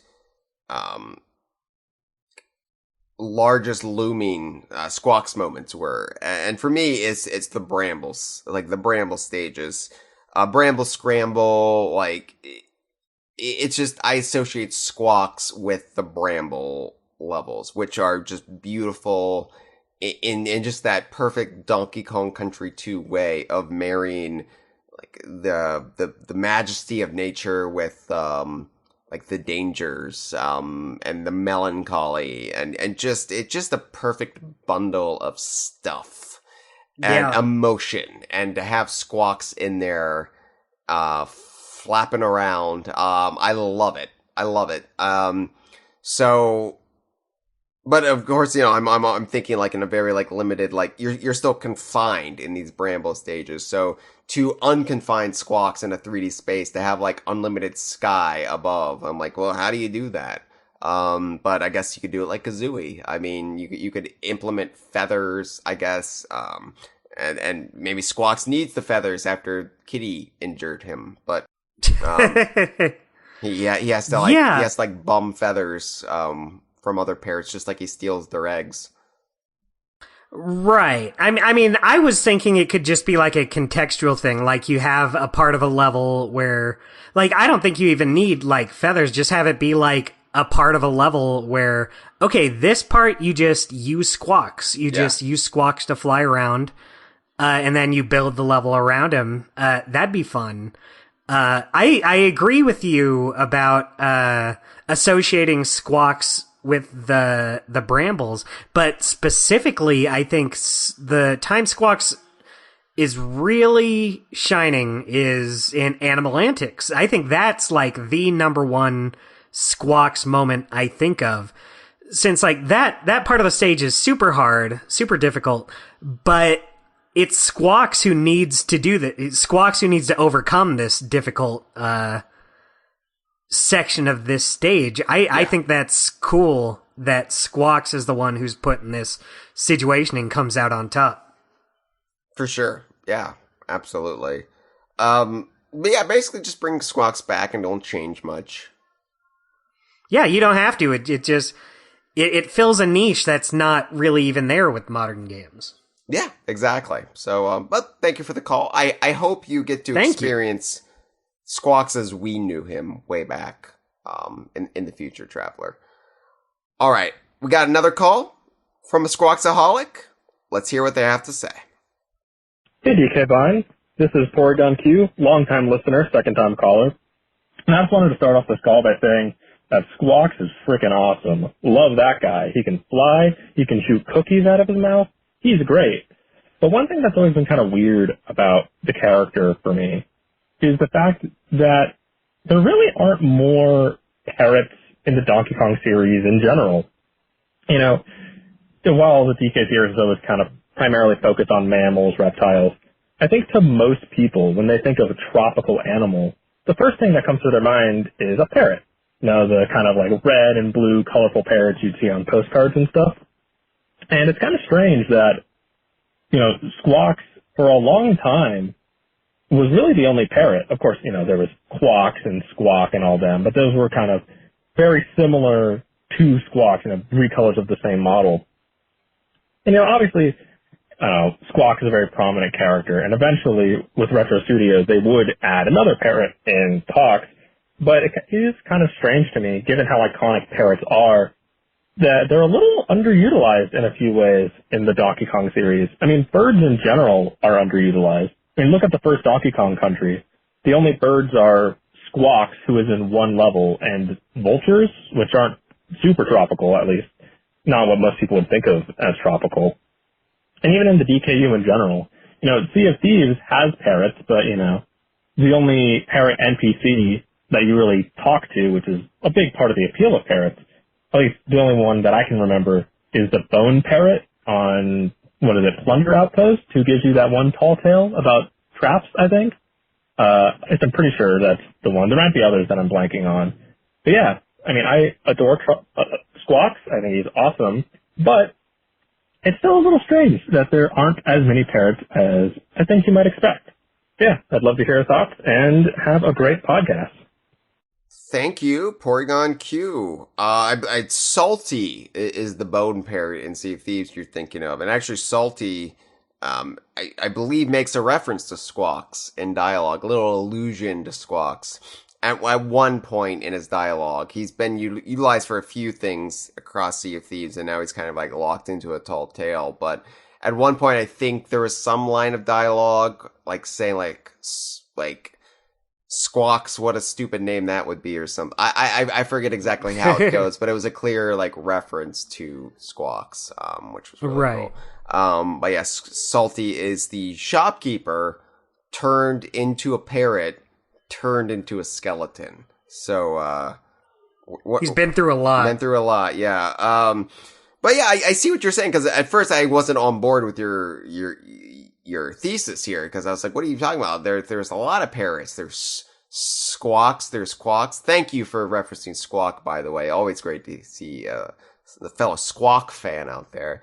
There's talks, but you hit the points, and I see what you're saying now, that yeah, there is a shockingly small amount of parrots, considering you know, the setting and what you think. I think it's partially because like on the Super Nintendo, they really like didn't like have the wildlife in the background. They would have like insects, right? But they wouldn't really like populate like the background with a bunch of birds. They kind of changed that, I think, in the GBA era. Yeah, you get like a lizard on the ground. You're right, and I know like Saberwolf GBA, they also added quite a few like parrots and birds flying in. I know it's not Donkey Kong, but still. And I know like parrots, like the parrots you're thinking of, like the traditional like red and like bluish and yeah. I think they appear in a racetrack or two in a Mario Kart. I can't remember if it's the Mario Kart arcade games or if it's Mario Kart 7 / Mario Kart 8 / Mario Kart 8 Deluxe, Donkey Kong Jungle track there. But they do appear like elsewhere, just not as much as you would think. Yeah. But yeah, I mean, I think given time, part of the problem is we really just haven't gotten many Donkey Kong games, to have the chance to really like populate just ambient wildlife. And, I think that will change. Like, Returns did introduce like, the Ox and Rocks, who are like baddies, but they're still like birds. Yeah, they're still parrots. Yeah. And you know, I think given time, we'll see more of that. It's just, given the limitations of 1994, it did kind of set this template of, well, the only birds we're going to bring in are these select few, and Squawks is a friend, and then we'll have, what's a bad bird? Vultures, because they eat dead flesh. That doesn't make them bad, but you gotta have that, like, contrast of these are the ugly birds. Ew. Yeah. So, I think given time, we'll see more. Hopefully not displacing Squawks. You know, we don't need more of that nonsense, but let's... Right.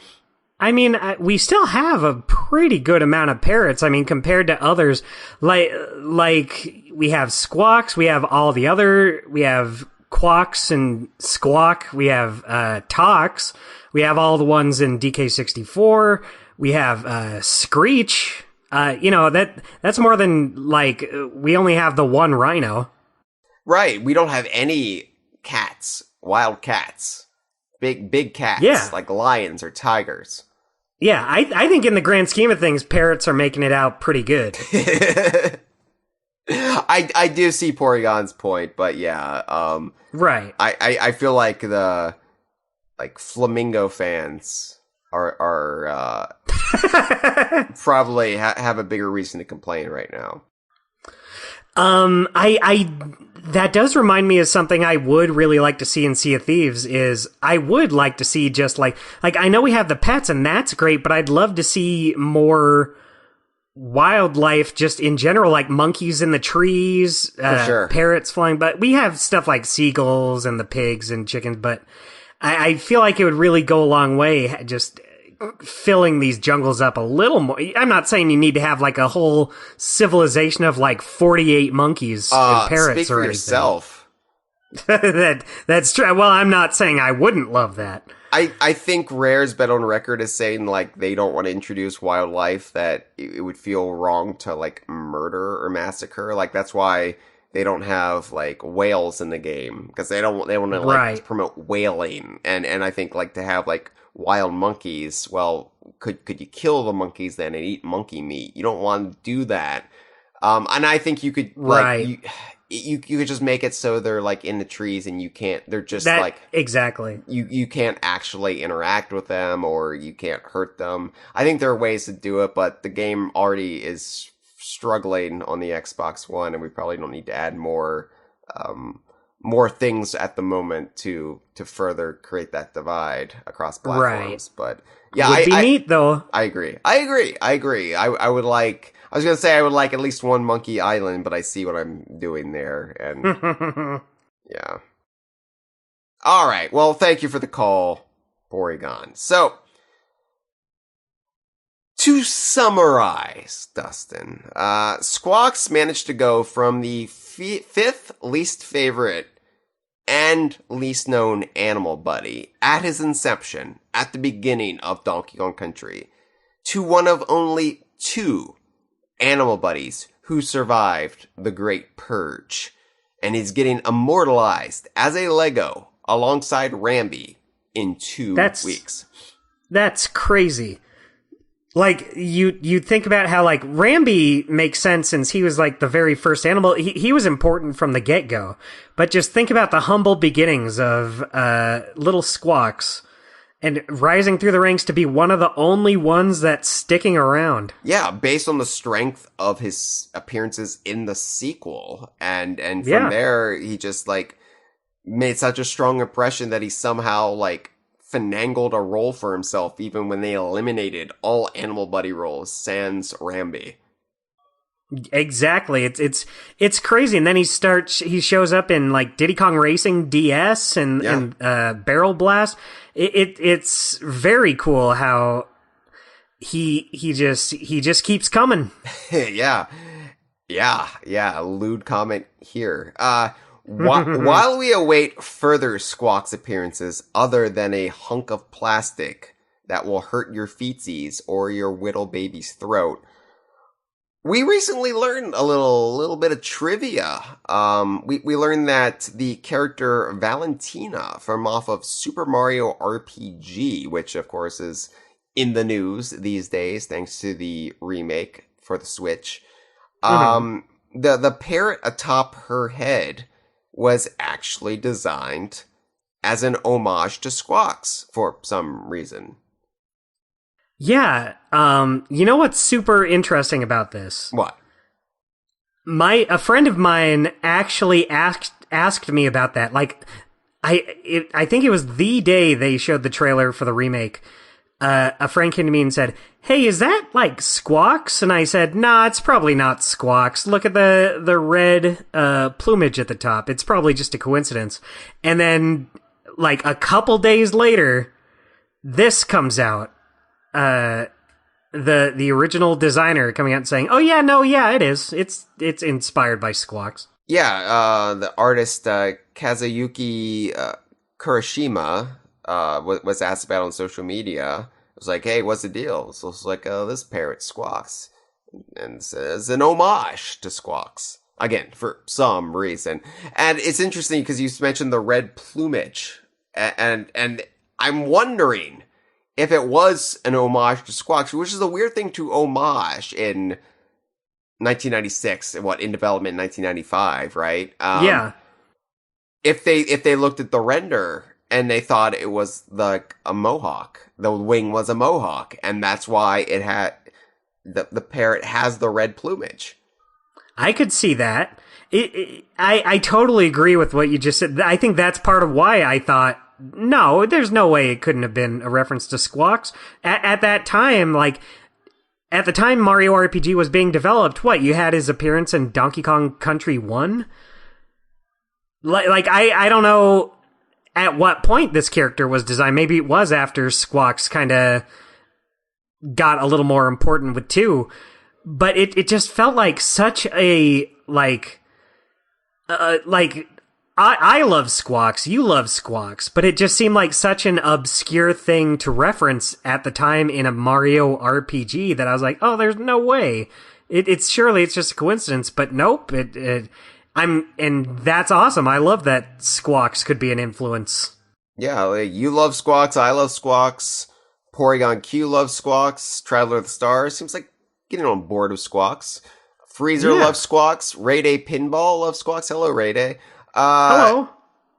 We love Squawks, but yeah, especially for the time period, Super Mario RPG seems like a weird time to homage Squawks when that game was in development, wasn't the straight up stud he's known to be today. And I think it's interesting looking at Super Mario RPG, really, because between the chained Kong and the gorilla enemies, who are obviously modeled after Rare's Donkey Kong, the bees that look very much like zingers, they're named buzzers, and their stronger variants are named stingers. So they're just, it's like me trying to come up with other names for the secondary characters. Is like, well, we can't call them zingers, so what else can we call them? Buzzers, stingers. What sounds slightly similar? Yeah. And, the overall ACM style aesthetic of the game, I feel like Super Mario RPG really, really had it hard for Donkey Kong Country somehow. Like, yeah. It almost wanted to be DKU oh so badly. But, you know, people say to me, Dustin, they say, oh, you know, Super Mario RPG should be considered DKU for XYZ, Chain Kong, the parrot on top of Valentina's head, the zingers that aren't zingers. It should be DKU. And, I'm not gonna budge on this stuff. Even though Super Mario RPG is hot right now and we don't have a lot of games to talk about that are new and hot other than hunks of plastic, hunks of Lego, I'm not gonna budge on this. And why? Because I'm not a parrot. Okay? Unlike Squawks, I'm not a parrot.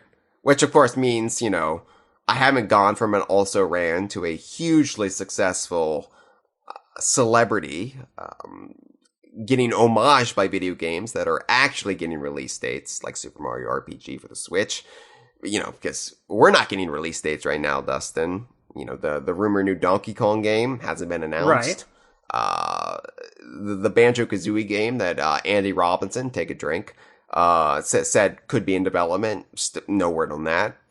Ukulele, we pretty much have that locked down that a new ukulele game is in development, but still no release date on that. And, you know, I'm a Donkey Kong journalist.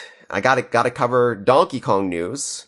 But that means, you know, I'm not a parrot. I'm individualistic. I'm not like Squawks. I don't just copy what others say. You know, puzzle. I don't do that. But because of that, and also my lack of personal charm, my bipolar disorder, and quite honestly, just poor life decisions, it means I'm a miserable failure compared to Squawks. So, Super Mario RPG is not DKU. And if you want somebody to tell you that it is, well, maybe go adopt a bird. I hear they're quite the little helpers. This has been a File 2 production. Que rico.